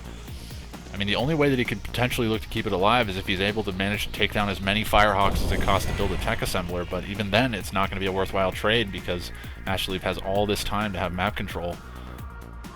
He's already got his second expansion up and running, so he's looking really good in terms of economy. This is not good. Oh no, he doesn't have his second expansion. He's working on his second expansion, rather. And, Firehawks did come in. They will manage to take down the Tier 3 once again, but he's going to lose a lot more Firehawks that time around. He's down to only 4 Firehawks. So, taking some pretty heavy losses, but it's still worthwhile, I think. It's just denying One Vision any ability to just kind of transition out of what he's doing right now, which is just sitting here and being forced to rebuild the same infrastructure over and over and over again. Just such a frustrating experience here for One Vision. Just doesn't have any ability to keep that stuff alive. Firehawk's going to be on the move again. Where are they going to be looking to hit this time around? They're going to look to hit that tech assembler once again, and it does go down. 3 or 4 more Firehawks do go down. 4 Firehawks for that one. And Master Leaf may be losing this war, as we did see 4 Firehawks go down there. And it looks like there is a little bit of pressure here. Nope, just some buzzers floating around here for One Vision. Not going to actually be doing any damage to anything, just getting some scouting information. He's going to see that Master Leaf is on his expansion. And Master Leaf already into Mammoth tanks. An interesting choice, considering he doesn't have the ability to go into railguns on Zocom. So I'll be curious to see what he does with these. Maybe just looking to play defense, or maybe looking to use them as a frontline tank while One Vision is forced to spend on anti-air. But One Vision getting some critical time to breathe right now, and he needs to keep this tech assembler alive, or at least keep trading very heavily with Master Leaf, forcing him to take a lot of losses on those Firehawks each time they fly in. And it looks like there's a half dozen, there's about 7 or 8 Firehawks this time. 7 Firehawks flying in this time. We'll have to see how many survive. They are looking for that tech assembler. They're looking for a good place to engage. However, they're getting shot up before they even manage to get into range. They're going to take down the Warp Sphere, I think, without taking any losses at all. So just a nice pickup there. And again, this is just the trading power that those Firehawks have. They can just fly in, drop bombs, and then fly out. There's no real response here from One Vision. I mean, he's got his tech assembler defended really well, but I think Master Leaf is just going to look to clean up the infrastructure around the perimeter instead, and force One Vision into a spot where he's going to be really, really cramped. And maybe, I mean, Master Leaf could even then potentially look to go into a super weapon, look to get that ion cannon down and press One Vision out of the game. Looks like a Marv is on the way here. First Marv of the day. I think the only epic unit we saw was the Redeemer a little bit earlier. That didn't fare so well. It looks like he's going to find a great spot to bomb that tech assembler, and he does manage to take that down. Oh, it's a second tech assembler, that's why. He has 2, so One Vision being forced to spend on 2 tech assemblers to make sure that he can keep his build alive. And I think it's because he wants to drop a... Yes, he wants to drop a Warp Chasm to get out that Hexapod. And if he can get a Hexapod out, he'll be in pretty good shape. He is still going to take a lot of losses from these Firehawks, but it's certainly something that he can manage to live with. And looks like Phase Field came down on the Harvester in order to keep that alive at the Blue Tiberium field. That's an interesting choice. And Firehawk's going to fly in. They're going to get the Warp Chasm for free. That's not good. I don't know why he placed it so far forward out of his base defenses. He could have placed it further behind and allowed his Gunwalkers to defend it on the backside. So spending a lot of money on that Warp Chasm is just going to go down straight away. The worst part is he can't even queue a second one while the first one's built, because you can only have one on the map. That's an interesting choice. And Firehawk's on the move here again for Master Leaf. It's really the name of the game here for Zocom. Just going to be looking to float around with these Firehawks. Disintegrator's going to be getting shot up here by the APCs. No AP ammo here for Master Leaf, realizing that he doesn't necessarily need it. Not really any threat from infantry here in this game. Looks like the Warp Chasm comes down on a slightly more defensible location here for One Vision. However, Firehawk's going to get shot up a little bit. I think one Firehawk going down for a refinery. Going to be, again, a worthwhile trade. So very difficult to deal with that. And you do have the Disintegrators managing to take down the lone Predator tank on the top side of the map, and it looks like Master Leaf is going to look to put some pressure on the ground here on One Vision, and say, essentially calling the shot clock on One Vision here, saying you either have to give up your infrastructure or to the aircraft or give it up to my ground force. And this is exactly the situation that Master Leaf wanted to get himself into. Now he's moving in with a Zocom Marv. He has 3 Zone Raider troops inside of it, and they're just going to do so much damage to this Tier 1 army, and there's really nothing that One Vision can do about it. He doesn't have any Tier 3 units to speak of, just because he can't really keep his infrastructure alive. So just a bad faction matchup here for One Vision. Just not a good situation for him, and he's got himself into a bad spot, and he will go down. So Master Leaf going to pick up game number 2 after a pretty convincing victory there. I mean, it definitely took some time for Master Leaf to edge One Vision out of that game, but it was just kind of a slow push to victory there for Master Leaf. He was playing it calm and methodical, and you can't fault him for that. 12 minutes and 54 seconds on the clock. He does take home the victory. Firehawks being the unit of choice there for Master Leaf, and Disintegrators being... I'm kind of surprised by that. I would have figured it would have been Gunwalkers, but anyways, that is going to be it for game number 2, and that's going to put Master Leaf at match point. He can look to close out this series and look to 3-0 One Vision, or One Vision can mount his comeback here in game 3, and that's going to be coming up momentarily, everybody, so be sure to stick around.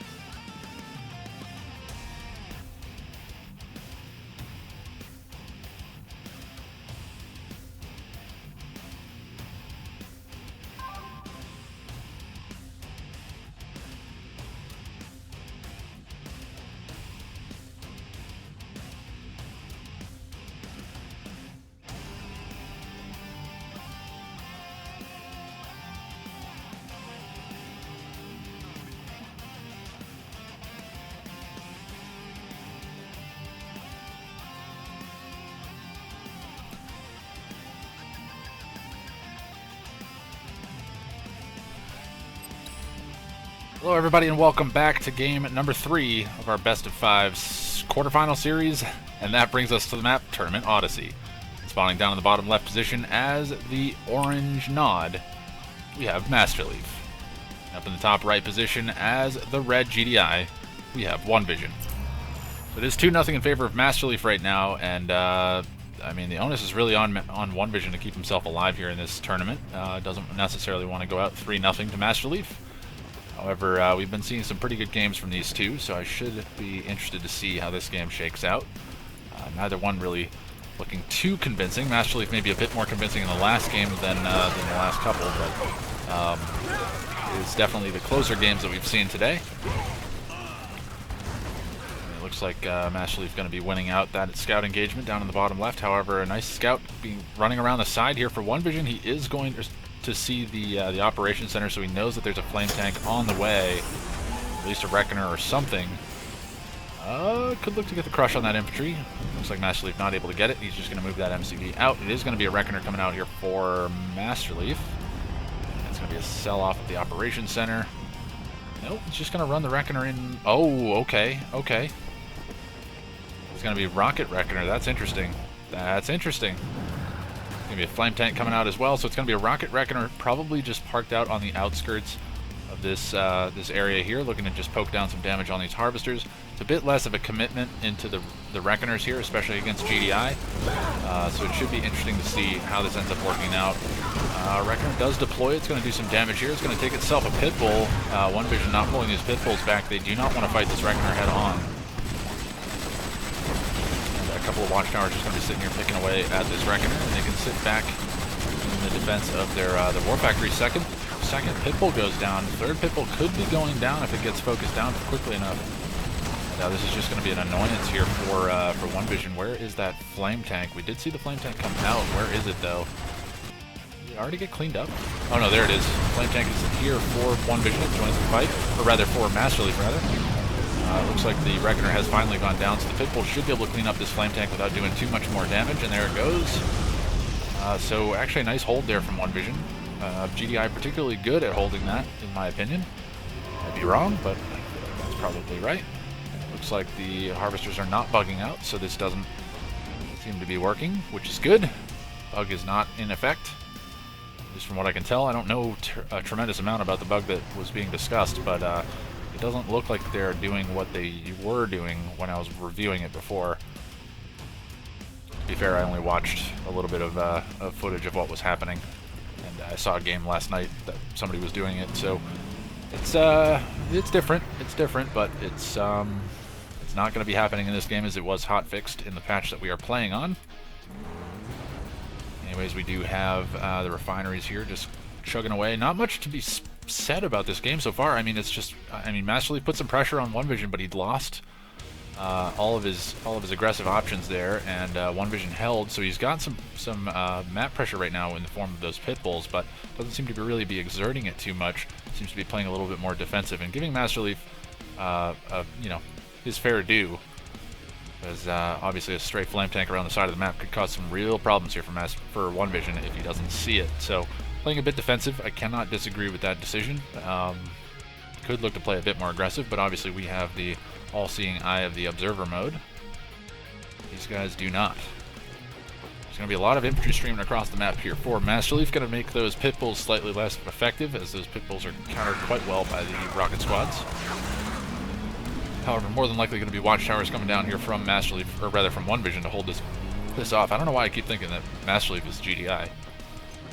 But he is going to be pushing in with these rocket squads. It looks like they do have the Tiberium Infusion upgrade. No Confessor upgrade at the moment.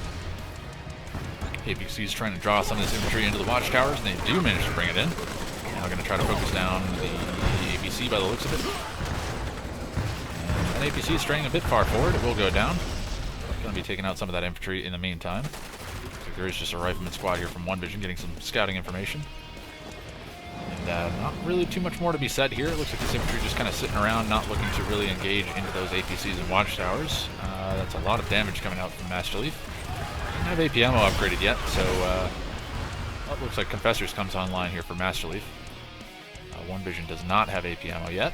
Probably going to be working on that in the near future. Does he have tier 2? He does have tier 2, and he has an airfield, and it looks like he's already working on building something, so it's going to be double airfield. Is it going to be hammerheads or orcas? Probably hammerheads. Yes, it's going to be double airfield hammerhead by the looks of it, or One Vision. Actually drawing his infantry back to his expansion field here. Wants to make sure to keep his harvesters alive. Looks like some bulls did manage to find their way into his base. Wrecking around the side of the map with an engineer and a rocket squad. Not sure what that's up to, but the engineer going to be shot down. Is that stealthed? No, it is not stealthed. Was it stealthed and I just didn't see it? An interesting move here from Masterleaf, but not going to work out. He's going to lose the rocket squad and the engineer. Maybe it was stealth and he saw it somehow with the pit bulls. I'm not quite sure. It seems like the only reason you would do that, especially with an engineer. I guess he could have brought it in and got it real close to a building and then deployed the engineer. Just kind of took it into chaos, but there's going to be infantry engaging into infantry here, and just a couple of rifleman squads going to be getting cleaned up. And now the hammerhead's flying over the top. One of them getting shot up pretty quickly, but they're doing nice work of taking down this infantry, and are the only things that are keeping these hammerheads from just mowing down all of these ground forces.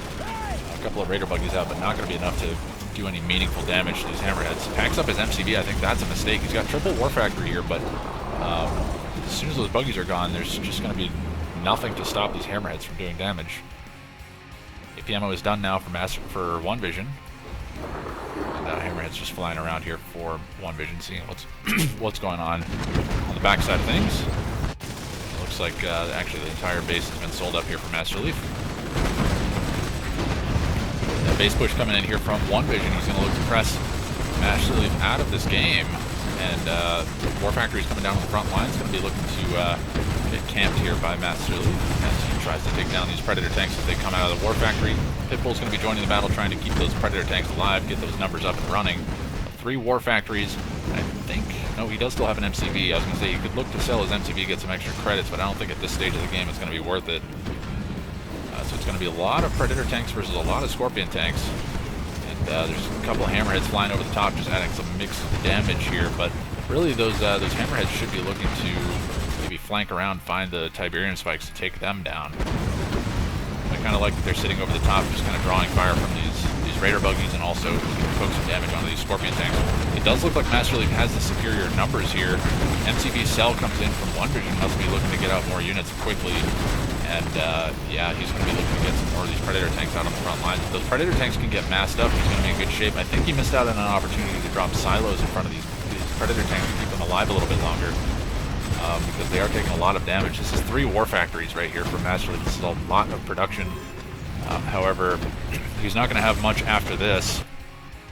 Looks like the refinery's back at home, still cranking away here for One Vision. Hasn't been receiving too much pressure. However, he is fully invested in this. I don't think he has any other production. So if these War Factories don't work out for him, he is done. So he has to make this work. Masterleaf on 3 War Factories plus an MCV. Pretty good shape. So One Vision just has to keep the pressure up here and make sure that Masterleaf cannot take a game here. But it looks like One Vision is going to call the GG. And is that going to be it? It certainly looks like it will be.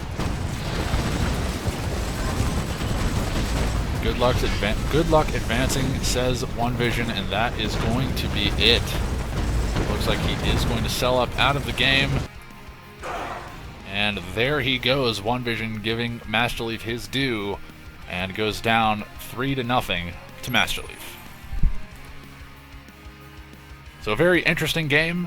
Turned into a bit of a base push there from One Vision. It was a good strategy, however, Masterleaf just had way more eco than I think One Vision was expecting, or was certainly hoping at that stage, and that was just not enough of a frontline force there for One Vision to poke through, as Masterleaf just had so many Scorpion tanks out right when he got there. So nice play there from Masterleaf, going to clean up that series 3-0 to move himself into the semifinals, and that will clean up our third quarterfinal match of the day, and we are actually headed into our final quarterfinal match of the day, and we'll have to see who those players are, but I'm pretty sure it's going to be Bike Rush and somebody else. I'm not sure who else it was. Let me take a quick peek. I'm curious. It's going to be Bike Rush and Maze. Ooh, this should be fun. This will be a good one. I'm looking forward to this one. All right, so that's going to be it for this series. We are headed into Bike Rush versus Maze. Going to be a best of 5 series kicking off on Tiberium Rift coming up next, everybody, so be sure to stick around.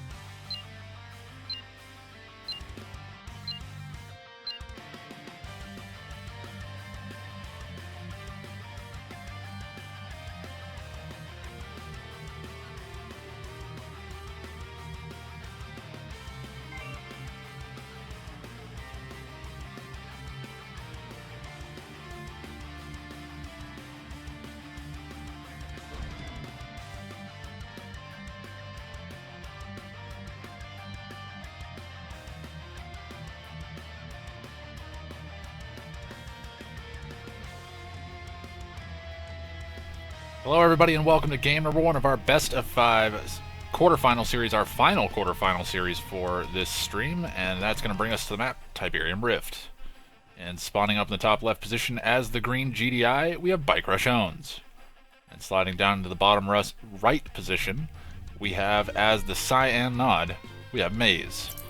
And let me just make sure I've got the factions right. Yep, I do. It is going to be the El Clasico of Nod versus GDI, and it's going to be a number of rifleman squads through the middle of the map here for Bike Rush. Maybe looking to snipe an engineer. If he can sneak in, he's going to have to run real fast. No Usain Bolt on this team by the looks of it. And it's going to be looking like probably... actually, I don't know how this game's going to play out. These guys are both pretty aggressive, both very mind-gamey, so I'm actually kind of looking forward to this series. I'm hoping that this isn't going to be a quick 3-0. I'm hoping that this is going to be a nice close series, especially to seal off the day. But we'll have to see how this one shakes out. It looks like so far everything is playing out standard. It looks like refineries coming out for third structure for both sides. Third piece of infrastructure anyways, I guess. I don't really count the power plants. Militant squads running around in the middle of the map here for Maze. He doesn't have any vision on Bike Rush, but he knows that he's playing against GDI. And again, GDI not super aggressive in the early game. If you are going to be, you can drop double War Factory and go Pit Bulls, I guess. You can go into early aircraft, but against high-level players, it's pretty risky, and especially in a game 1 on a map like this, you might not want to waste some options like that. So, anyways, it is going to be Bike Rush packing up, going for the expand. He's gonna redeploy, drop a power plant there. Actually, interesting power plant placement. That's tough to say. He's going to be able to defend his harvesters a little bit better as well. It won't allow the harvesters to dance around the refinery too much, but it'll give them a little bit more kind of building blocks to work with if Maze decides to come in with some pit bulls a little bit later on. So just some interesting small things that these guys are doing. And Maze kind of stacking up power plants here. Ooh, what's he doing? What's Maze up to? Second War Factory. Is it going to be a double War Factory all in? He hasn't sold his MCV. I don't know what he's doing. What's he doing? Is he faking out the all-in? I'm so confused right now. He has not... He's dropped the second War Factory. He's dropped the third power plant. He could definitely sell his MCV, but he's not doing it. He's not going all in. Okay. Maybe just going to second War Factory then. That's interesting. War Factory's in kind of a weird spot, though. I don't know about this decision. This is interesting. I'll be curious to see if this works out for Maze. The second War Factory, I mean, it's definitely going to give him some map pressure. The question is, can he get any of that blue Tiberium field? And my guess is Bike Rush is going to have something to say about that. He's already got his expansion up and running, already has a refinery down with 2 harvesters there. He's been left pretty much uncontested on this side of the map. A couple of pit bulls moving around here for Bike Rush. Just going to look to shoot up the garrison there that's kind of doing some damage to his Tiberium spike, but really nothing more to be done. I mean, Bike Rush is doing a pretty good job right now. There's a lot of bike buggy out here on the map for Maze. Did he sell his MCV when he moved it? No, he's kept his MCV. This is interesting. So Maze is going to be stalling on cash. If he loses these units, he's going to be in really bad shape. So he really needs to keep these alive and take some advantageous trades. Otherwise, he's going to be pretty much dead. He's invested a lot of money into this right now. Watchtower comes down, going to be taking a lot of damage. And not going to be doing too much damage in return there, so not the worst trade there for Maze. Going to be forcing out a lot of pit bulls here from Bike Rush, which Bike Rush is going to be okay with building. He's going to look to do that anyways, I think, in this situation. He's going to look to try to wrestle back some of that map control from Maze. And it looks like Maze has been grabbing some of that blue Tiberium field. I can't actually tell, but you can see some of these crystals are missing on the bottom side, and I can only imagine that Maze was the one taking those. And it looks like there's just a rifleman squad around the side of the map there for Bike Rush, trying to get some scouting information. Bike's going to be coming in here for Maze, going to look to poke down the Tiberium spike. Tier 2 comes down from Bike Rush. Looks like he's going to go into AP ammo. Maybe expecting the infantry transition in the near future here, but also make these watchtowers a lot more powerful against the bikes. This is interesting. I'm curious to see if Maze is able to make this work, because he's invested a lot of money in this early game force, and the question is he going to be outscaled by Bike Rush by just playing defensive? Bike Rush has a lot of pit bulls here, so he can still take some pretty good trades if Maze decides to engage. Even with the Scorpion tanks, they don't have Dozer Blades yet, so they're not strong enough. They can just run around uncontested. Looks like he's going to take down one of the Raider buggies. But Pitbull's... Ooh, Bikes wanted to flank in on that, but we're going to take a really bad engagement. They would have come in kind of to the side of that force of Bike Rush. Number of Predator tanks out here for Bike Rush. It looks like he's going to clean up that force that is doing damage to his Tiberium Spike, and he did lose his Tiberium Spike, so that's a bit unfortunate. Expansion is up and running for Bike Rush. He's got an airfield down as well, so maybe you're going to be looking to go for Hammerheads. This is interesting. Bikes have managed to sneak their way around the side of the map here for Maze. He's going to look to do some damage to some Harvesters. You should take one Harvester down, but he's going to lose a lot of bikes for that. He's going to lose all these bikes for that, actually. Definitely not a worthwhile trade there for Maze. I mean, it's going to slow Bike Rush down just a tiny bit, but now Bike Rush has complete control of the map. Oh, actually, kind of drew the forces out of position here, as we do see the Dozer Blade Scorpion tanks moving in, so not the worst decision in the world. Ooh, unfortunate reverse move bug there from those Scorpion tanks. Decoy Army comes in from Maze, going to be looking to draw some fire from some of these Predator tanks, but there's a lot of forces here from Bike Rush going to be coming in. It's actually a lot of mixed forces as well. You see some APCs, Predator tanks, and these Pitbulls as well, some Hammerheads flying over the top, so all of that against just Scorpion tanks is going to be looking pretty good for Bike Rush. However, Maze is taking some pretty good trades as this fight goes on. Unfortunately, those reverse move bugs just keep forcing them to lose units unnecessarily. Hammerhead's just going to fly over the top, entirely uncontested because there's absolutely no anti-air here from Maze. He has managed to draw back to his War Factory, so I guess this War Factory is actually not a terrible placement because it kind of gives him a little bit more access to the middle of the map. But it is an interesting choice to say the least. Tier 3 is down from Maze, but what is he going to build? I'm surprised to not see an Avatar come out right here. Oh, it is going to be a stealth tank right on the front lines. That's dangerous. Oof, that was dangerous. He pulls it back straight away, so nice reaction there from Maze. He's going to take down the Hammerheads. Those stealth tanks, actually, if they're able to sit on the back lines and do damage, they can do a lot of damage. Those rockets do a ridiculous amount. And we do see laser capacitors done here for Maze as well, so he's got full upgrades on those Predator tanks, or rather Scorpion tanks, and he's going to do some pretty good work here against these Predator tanks. Managing to thin the numbers here of Bike Rush, and Bike Rush is going to be forced to try to get his expansions really rolling, but now he's going to be forced to deal with some stealth tanks around the sides of the map.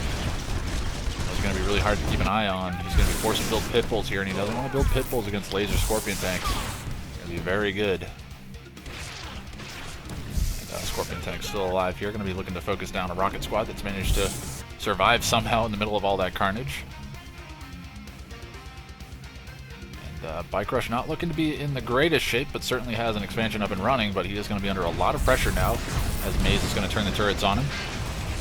And takes a pretty good trade there as Maze is forced to pull back.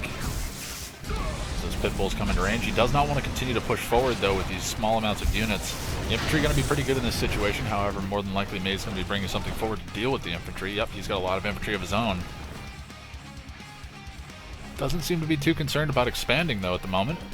He may have actually sold his MCV. Nope, he does still have his MCV, so he could look to go for an expansion, but he might just be a little bit weary of Bike Rush trying to sneak and take that out. This is looking like a pretty good force here from Maze. He should be able to clean this force up, and the question is he going to take too many losses or will he be able to continue to put pressure on Bike Rush's base at this point? I think the answer is yes. He should be able to continue to put pressure here. Harvester goes down, a second Harvester under fire. That's a fully loaded Harvester as well. That Harvester is definitely going down. He's taking out two Harvesters. He should be able to take down the refinery. This may actually be Maze's game here. I think he's managed to push his way through, and Bike Rush just is not going to be able to hold on to this. MCV going to be under a lot of fire. I think he's queuing a refinery, but had to stop it due to the fact that he didn't want to drop it right in the middle of all of these Scorpion tanks. Bike Rush selling up his MCV. He's still alive in this game. He's not ready to tap out just yet. It looks like he is counterattacking up on the top side of the map with a few Pitbulls, but it's not going to be too much to be worried about here, as we do see a couple of Pitbulls actually getting into the mix with this MCV. Doesn't seem like he recognizes that the MCV is on the move here, so he's instead just going to focus down Harvesters. And actually, this is not a bad thing for Bike Rush, taking out all those Harvesters while this is all going on, because oh, GG actually coming in from Bike Rush by the looks of it, and that is going to be it. And Maze fighting against all odds at the moment and going to take game number 1 off of Bike Rush. So Bike Rush Owens being defeated here early on, showing that there are kinks in the armor that he can be that can be exploited here. So Maze actually picking up game 1, 10 minutes and 24 seconds on the clock. Pretty convincing victory. I mean, he was getting pressured pretty early by Bike Rush, but Maze, the Scorpion tank transition and just not going for that second expansion, and instead teching up and getting up to tier 3. He did have to do a little bit of a fancy footwork in terms of holding that line back at his base, but once he did that, it was pretty much smooth sailing from there. So nice work from Maze to pick up game 1. We'll have to see if he can keep up that fashion in game 2, or if Bike Rush is going to come back full force to take and even up the series. We'll have to see. That's coming up in game 2. Everybody be sure to stick around.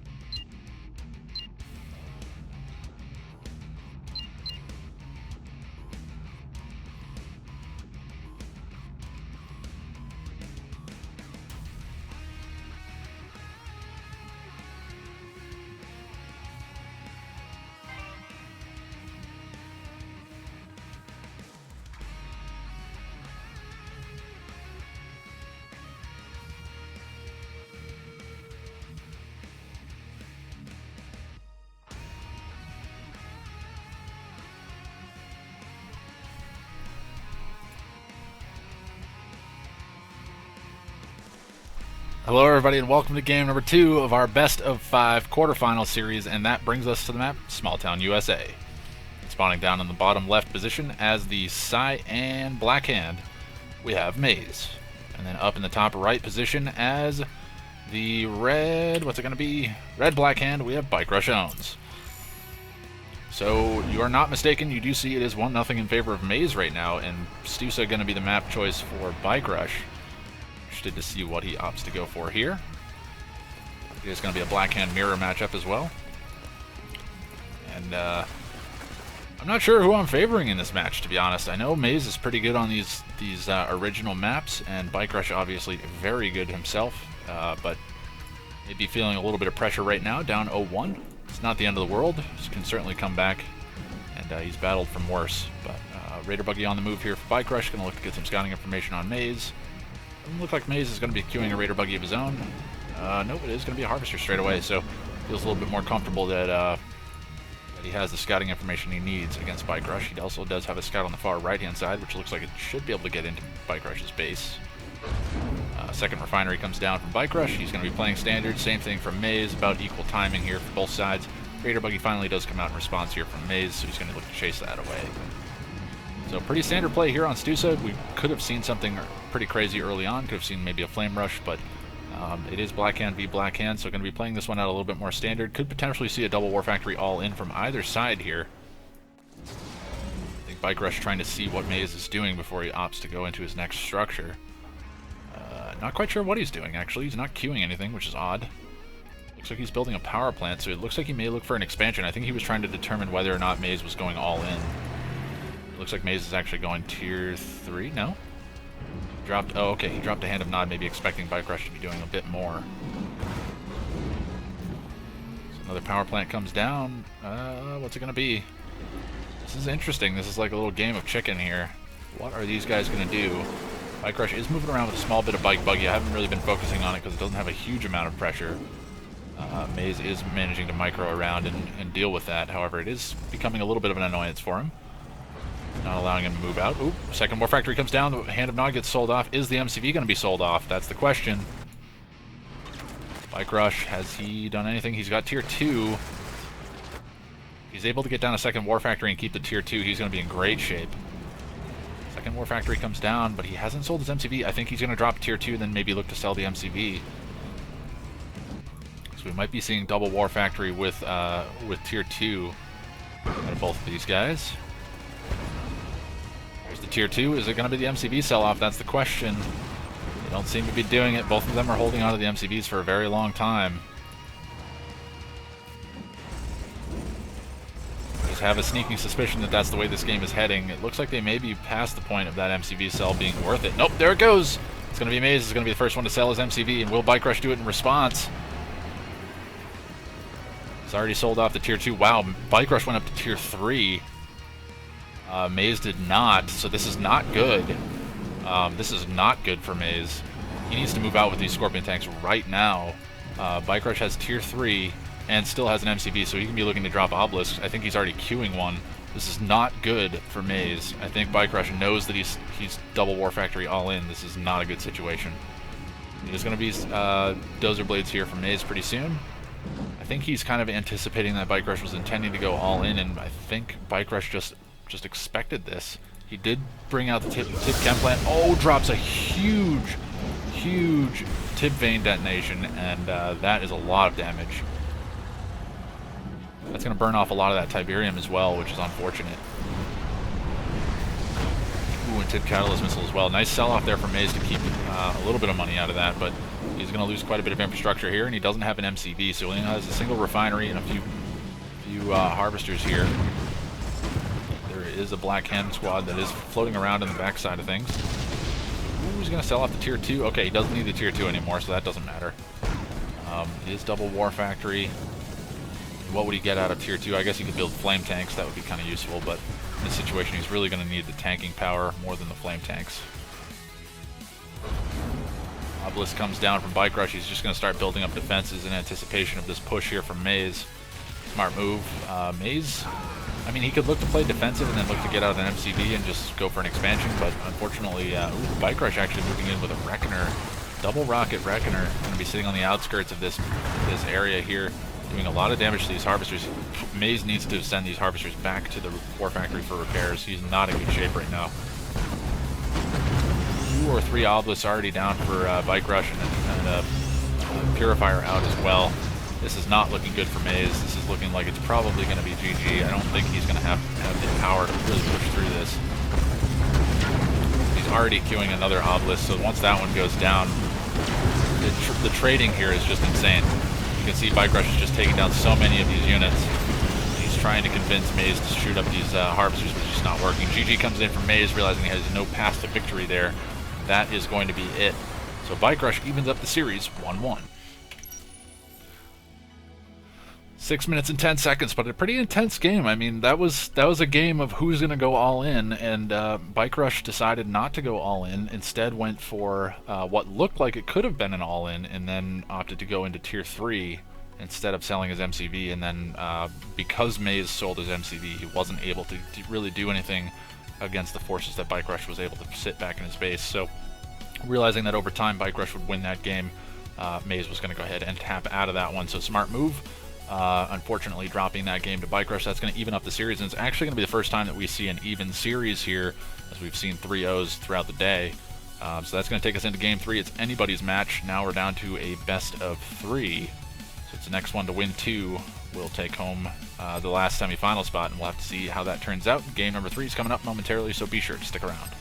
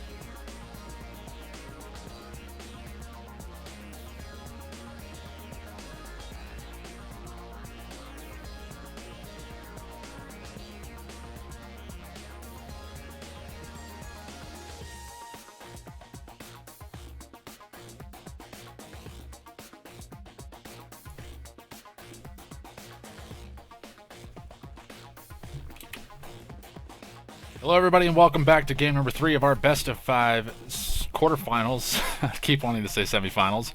And that brings us to the map Tournament Odyssey. And spawning down in the bottom left position as the purple nod, we have Bike Rush Owns. And then up in the top right position as the cyan marked of Kane, we have Maze. So it is 1-1 here. Bike Rush picking up game 2 in pretty convincing fashion. Maze picking up game 1. Slightly less convincing, but also pretty convincing fashion. So these guys both looking pretty good today. It looks like Maze is going to take a loss on his scouts here, but he's going to turn and fight and look to take out a few of these militant squads where he can. But Bike Rush is okay with that. He's alright with just losing those small numbers of militant squads in order to secure himself some pathway through the middle of the map. Also deny Maze that early map vision in the center of the map, and then he's going to follow up with bikes up through the center. So Bike Rush living up to his name. Moving out with a Bike Rush here. Just Harvester's poking away here for Maze, just going to be going for kind of a standard build, and the bikes are going to roll in uncontested. Should be seeing a Scorpion tank coming out to defend against that. Or no, it's going to be bikes trying to come out to try to defend against it because they need to be out a little bit faster. Harvester's going to need to be pulled back here. I'm surprised he's not pulling that Harvester back. That one's going to take a lot of damage. That's probably going to go down. Yeah, he's just going to sacrifice a few more bikes for that. Actually hasn't had to sacrifice any bikes at all. Hasn't lost anything. That was 3 bikes, and they all get away. 1 on half HP. That's about as good as it gets right there. I'm surprised Maze didn't draft like a Shredder turret and use it to EMP. It looks like Bike's actually moving in here for Maze, doing some damage as well, so this is interesting. I didn't see this before. Looks like EMP's coming down on the Harvesters. I don't know if he actually got any Harvesters. I didn't actually see Maze's bikes here. Was not paying attention, but it looks like it is going to be Raider Buggies moving around here for Maze. He's going to try to rejoin the remaining bike that he has. Actually, a defensive tower captured here for Maze as well. That's a nice little pickup there. It's going to deny this expansion as well. Just make it so difficult to get up there. Bike Rush will have to go all the way around the edge in order to get up there, but not too much to be worried about right now. And we will see some Raider Buggies massing up. These guys probably just going to be looking to eco a little bit. Second Refinery has not been dropped here for Bike Rush or Maze. Both of them going a bit aggressive. Oh, wait a second. Is he single War Factory all in? He's single War Factory, or single Refinery all in, rather. Double War Factory. Will Maze see this in time? Is he going to have his, I think he's building a refinery. He's going to be way further behind than Bike Rush is at the moment. And Maze needs to target down that engineer, make sure that that doesn't get through. Yep, he's already retargeted. He's going to take out that engineer. Smart move. And Bike Rush will be moving out with a bit of bike buggy here. It looks like an Awakened Squad member going to get shot up before it could get the EMP off. And this should be interesting, actually. Bike buggy Nod versus Marked of Kane. As we will see the Marked of Kane with the ability to drop the EMP. But will he actually land any meaningful EMP? Somebody is out of sync. Well, that's not good.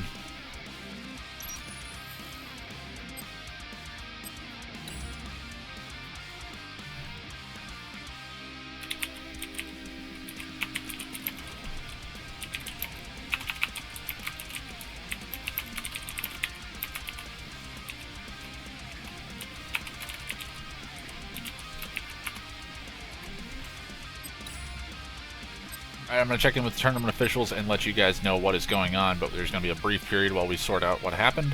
My personal opinion, which doesn't weigh all that much in this situation, is this game was undecided. It definitely looked good for Bike Rush, but it certainly was not over by any stretch of the imagination, because it could have gone either way. So I don't think this one is definitive. I think we look to replay that, but I'm going to let the tournament officials make that decision on their own, and whatever they decide is going to work for me. So we will have to see. I'll let you guys know what happens in the meantime. I'm going to put you into the in-between games. Hold on 1 second.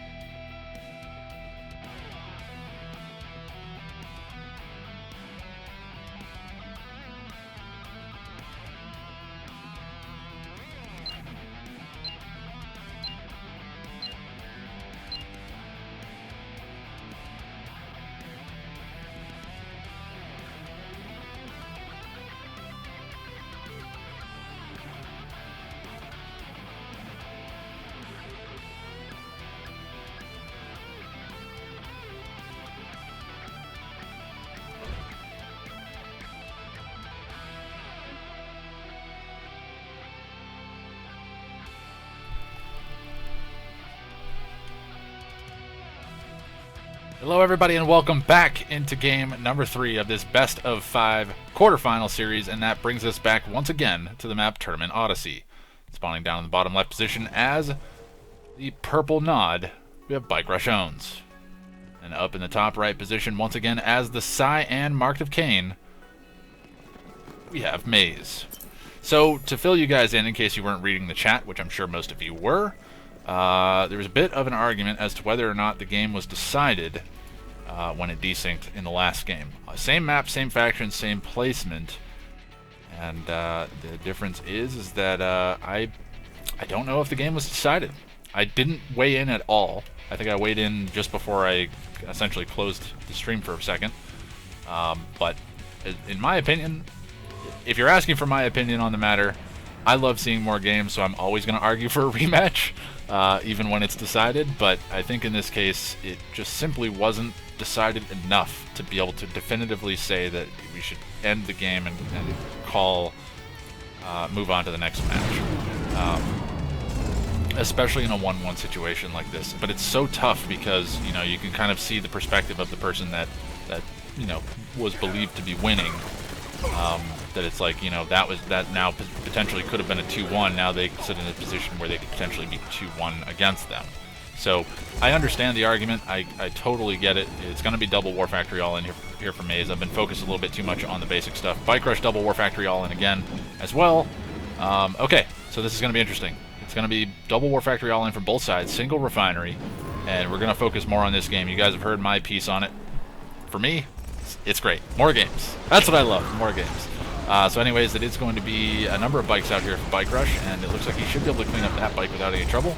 And Bike Rush trading really well here in this game, at least by the looks of it so far.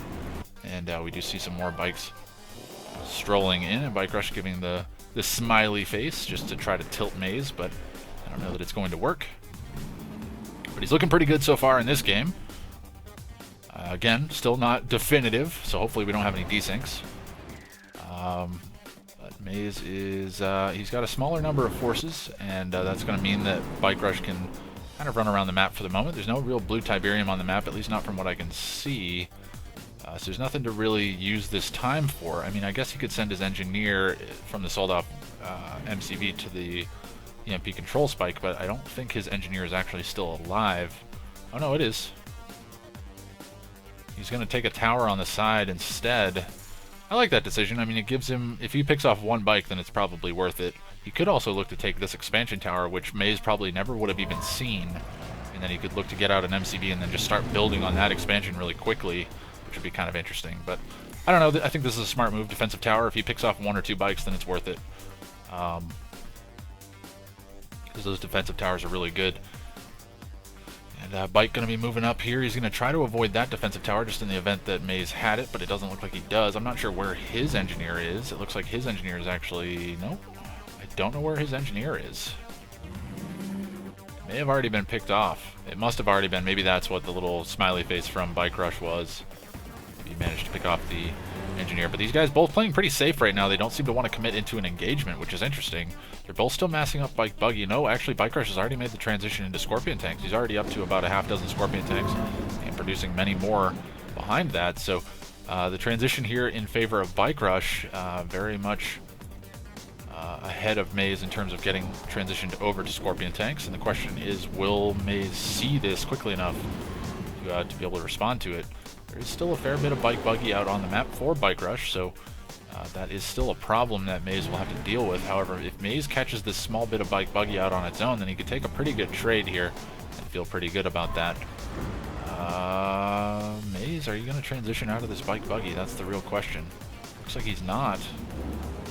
Maybe he's expecting that Bike Rush is continuing to spam Bike Buggy as well, but he's not. And it looks like Bike Rush is actually going back into Bike Buggy, which is interesting. So he spammed out a number of Scorpion tanks, which is actually going to be really good for tanking the front line. He just needs to make sure not to overcommit. These bikes are going to be getting chewed up pretty heavily. Buggy's not in really good position here from Maze to actually tank this front line. Scorpion tank's doing quite a lot of work here on the back side of things. Not really defending his bikes all that well.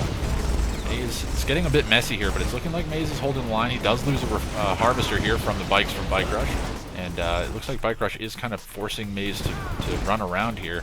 He does take out the majority of Bike Rush's bikes here, but he's going to take a fair bit in return in terms of trade damage here. I think this is the last bike here from Bike Rush that will go down. Looks like there are a few more up on the top side of the map, going to be rolling around, probably looking for a stray harvester or two. And there are a few more bikes here for Bike Rush.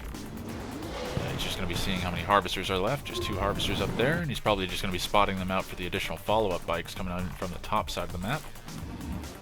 Not sure what these bikes are doing. It looks like they're just being streamed into their death.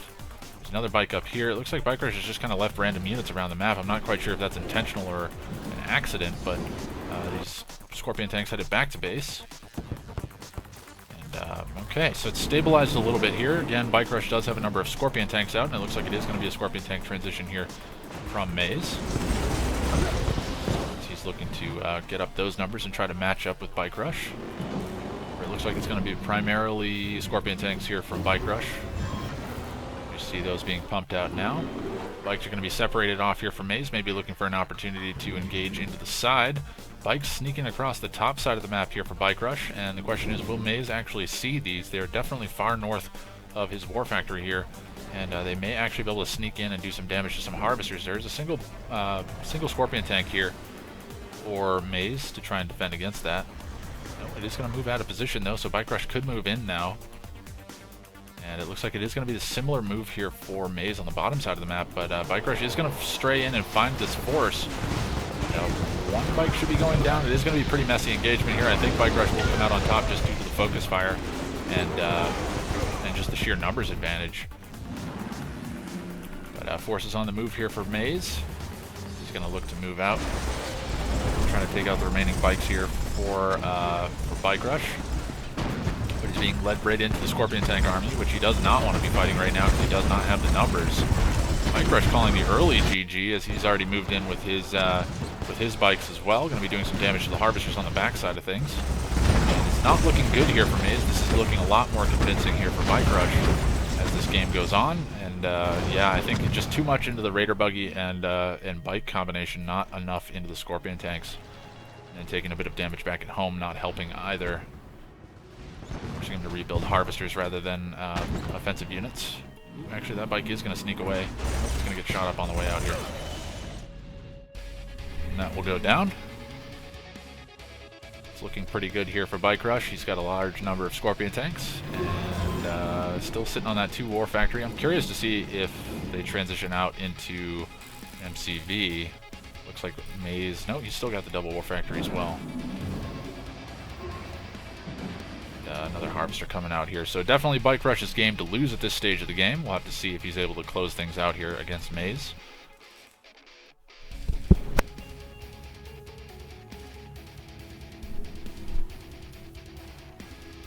And Maze just kind of massing up. I think he's just waiting to see what Bike Rush chooses to do here. And Bike Rush just moving in with all these Scorpion tanks. He did leave some bikes back at home to defend against any possible bike harassment on the backside. Now, Marked Kane or Awakened Squad going to come forward. He's 1 Scorpion tank, and he's going to hit that one for free. And Maze has been defeated. There were bikes back in the base of Maze as he was pulled away from his base. That's why he threw in the towel. So that is going to be it. Bike Rush taking game number 3. Despite not wanting to replay the match, he shows that he can still power through even when he feels as though things didn't go his way. 9 minutes and 6 seconds on the clock. Definitely far more convincing this time around. Bike Rush going to take the victory, and we will be moving on into the 4th game. And that will put Bike Rush at match point. Maze can possibly battle back and take us to an ace match if he takes down Bike Rush in the next game. And so the onus is going to be really on Maze here to win the next game. And he has 2 to win. Bike Rush just has 1 more. We'll have to see if either one of these guys is able to power their way through into the semifinals. So that game number 4 is coming up momentarily, everybody, so be sure to stick around.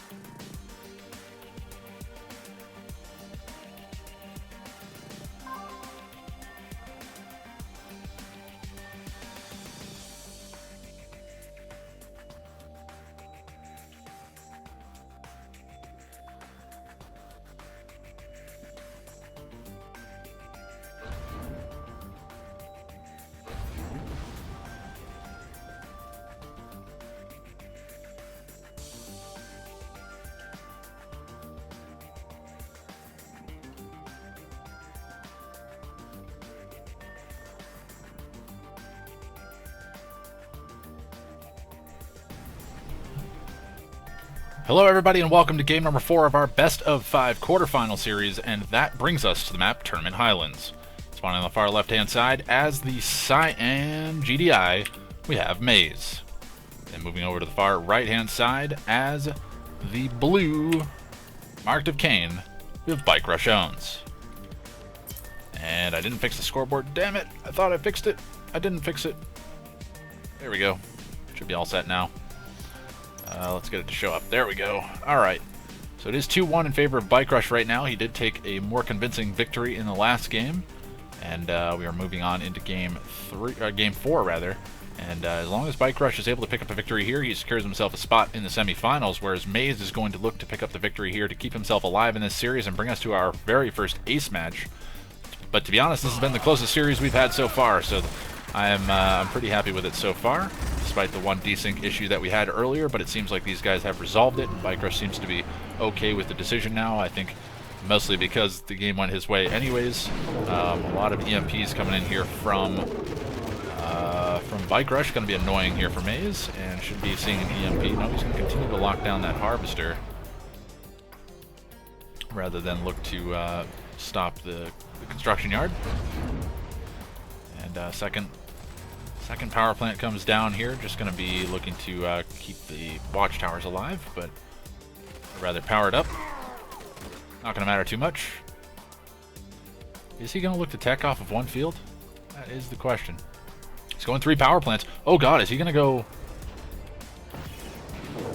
He's not going to go double war factory all in on GDI, right? I think he's just using power plants and spreading them out so that way he can keep his units alive and deal with these awakened squads. I think that's the only thing that's going on here. It just seemed a little bit odd. It is a bit annoying.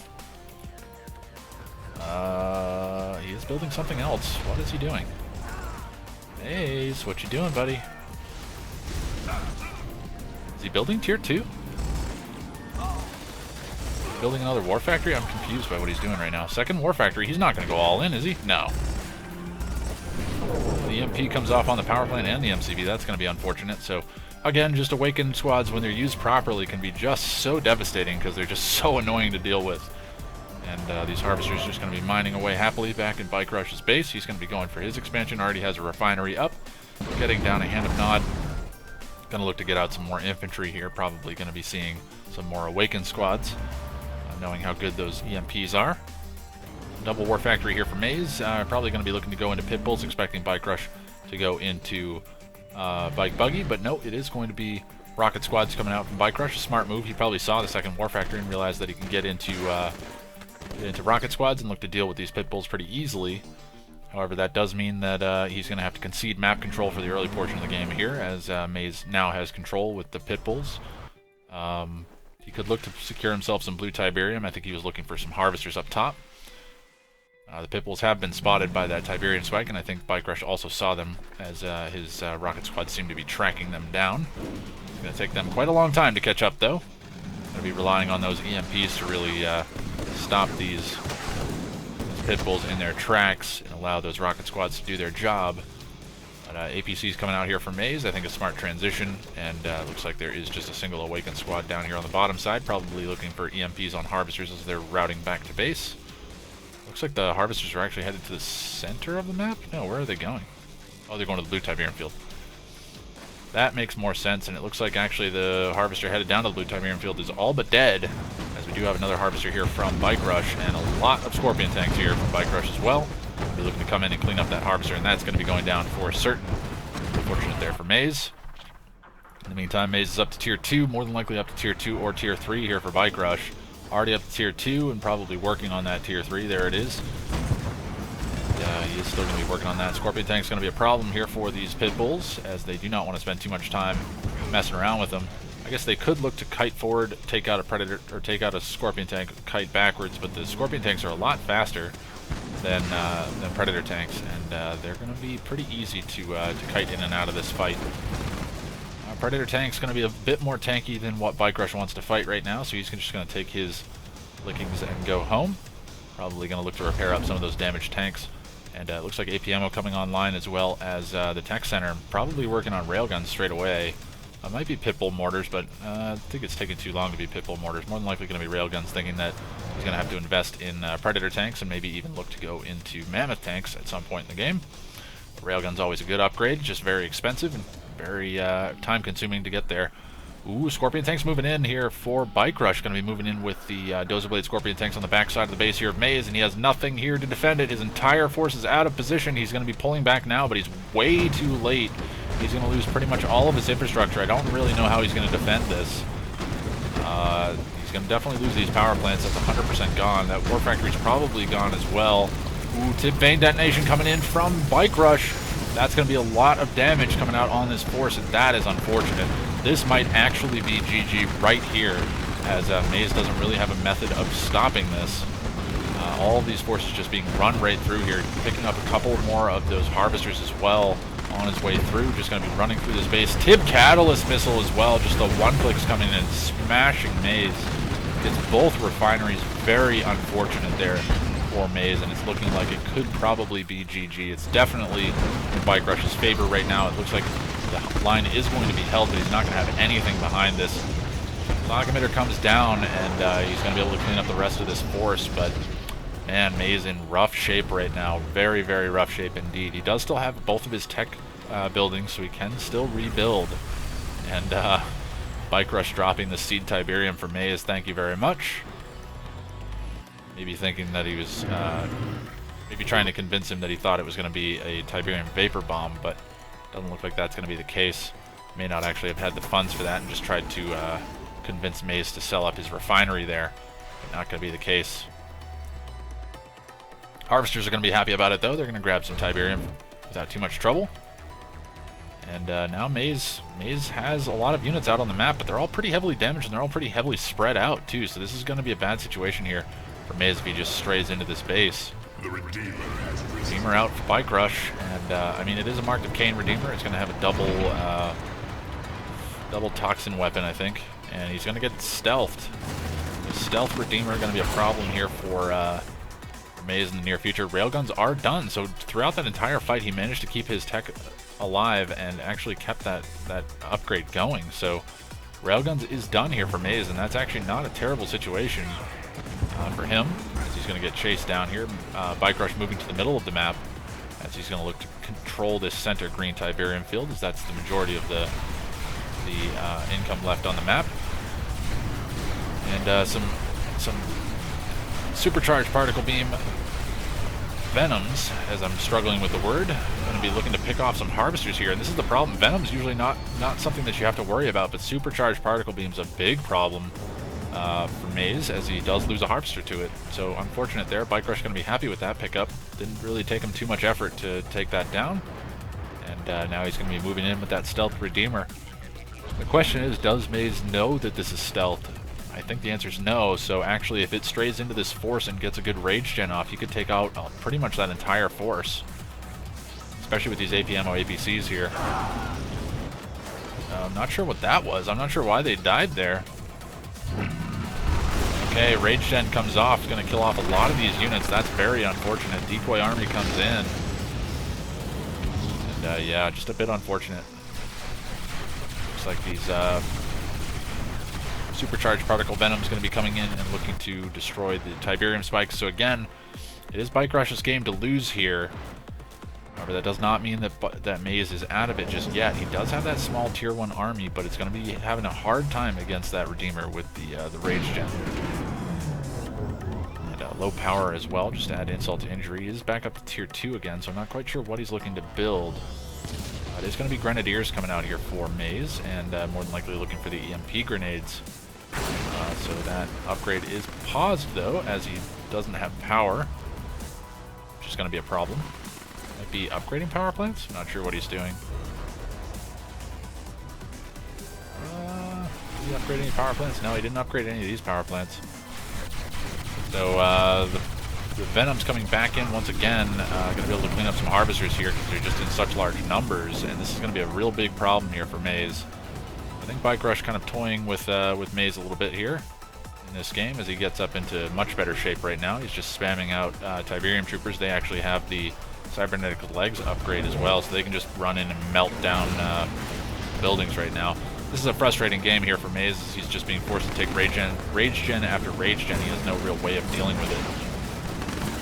Kinetic Mine's coming in here from Bike Rush, but I don't think it's going to matter too much. He gets one or two of the Predator tanks, but over time they will eventually die, but not going to matter too much. I think those Venoms would actually win that fight if they just committed into the fight, but I think Bike Rush is looking to take a little bit better of a trade. And yeah, the Venoms here are just going to completely clean up. AA batteries coming down on the front lines, but they're just going to get melted down so fast by these tip troopers. This is looking like it's going to be GG. GG comes in from Maze, and that is going to be it, folks. Bike Rush owns, securing himself the final semifinal spot out of the 4 players that we've seen move on today. And taking it again in pretty convincing fashion. I mean, Maze did a good job. I mean, he won the first game, and he put Bike Rush behind the 8 ball to really start winning some games. But Bike Rush just turned around and won 3 consecutive games after that. 4 if you count his interpretation of the desync game. But yeah, it's I mean, Bike Rush looking strong, and Maze also put up a good fight. So good effort from both players, and we're going to be seeing Bike Rush moving on. So I believe that seeds the final semifinal bracket, and we should be able to take a look at that. But anyways, GG's to both of these players. Thank you all for joining us, and we'll just save this and take a quick look at the bracket, because I'm curious how that turns out.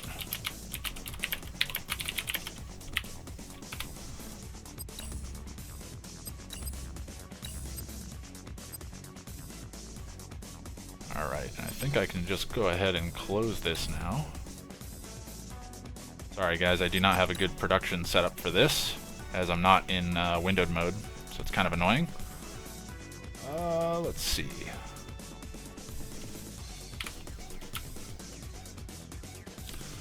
Alright, so here is our finals bracket, or rather semifinals bracket. So to run us through the turnout of the day, we did have Aeonian taking an 0-3 loss to Technique, so Technique taking a 3-0 victory there, just to say that in reverse, I guess.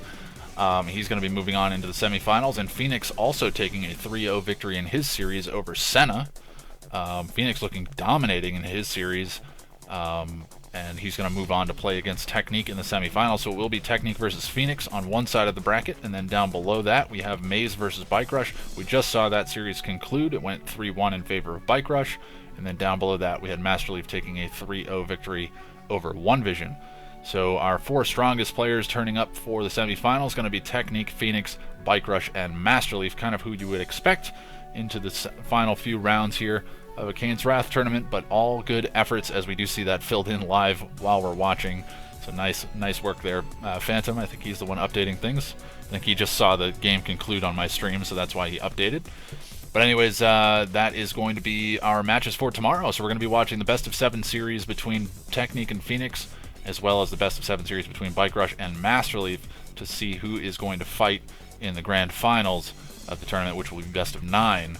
And so our semifinals will be tomorrow. They're going to be best of 7 series, and then that will move us on to next weekend, and that will be the grand final. So more information will be coming in regards to that. You guys can keep an eye on YouTube for that stuff if you want, but you can be sure to let's just go ahead and say we'll meet here tomorrow at 8 a.m. EST, 1200 GMT for the semifinals.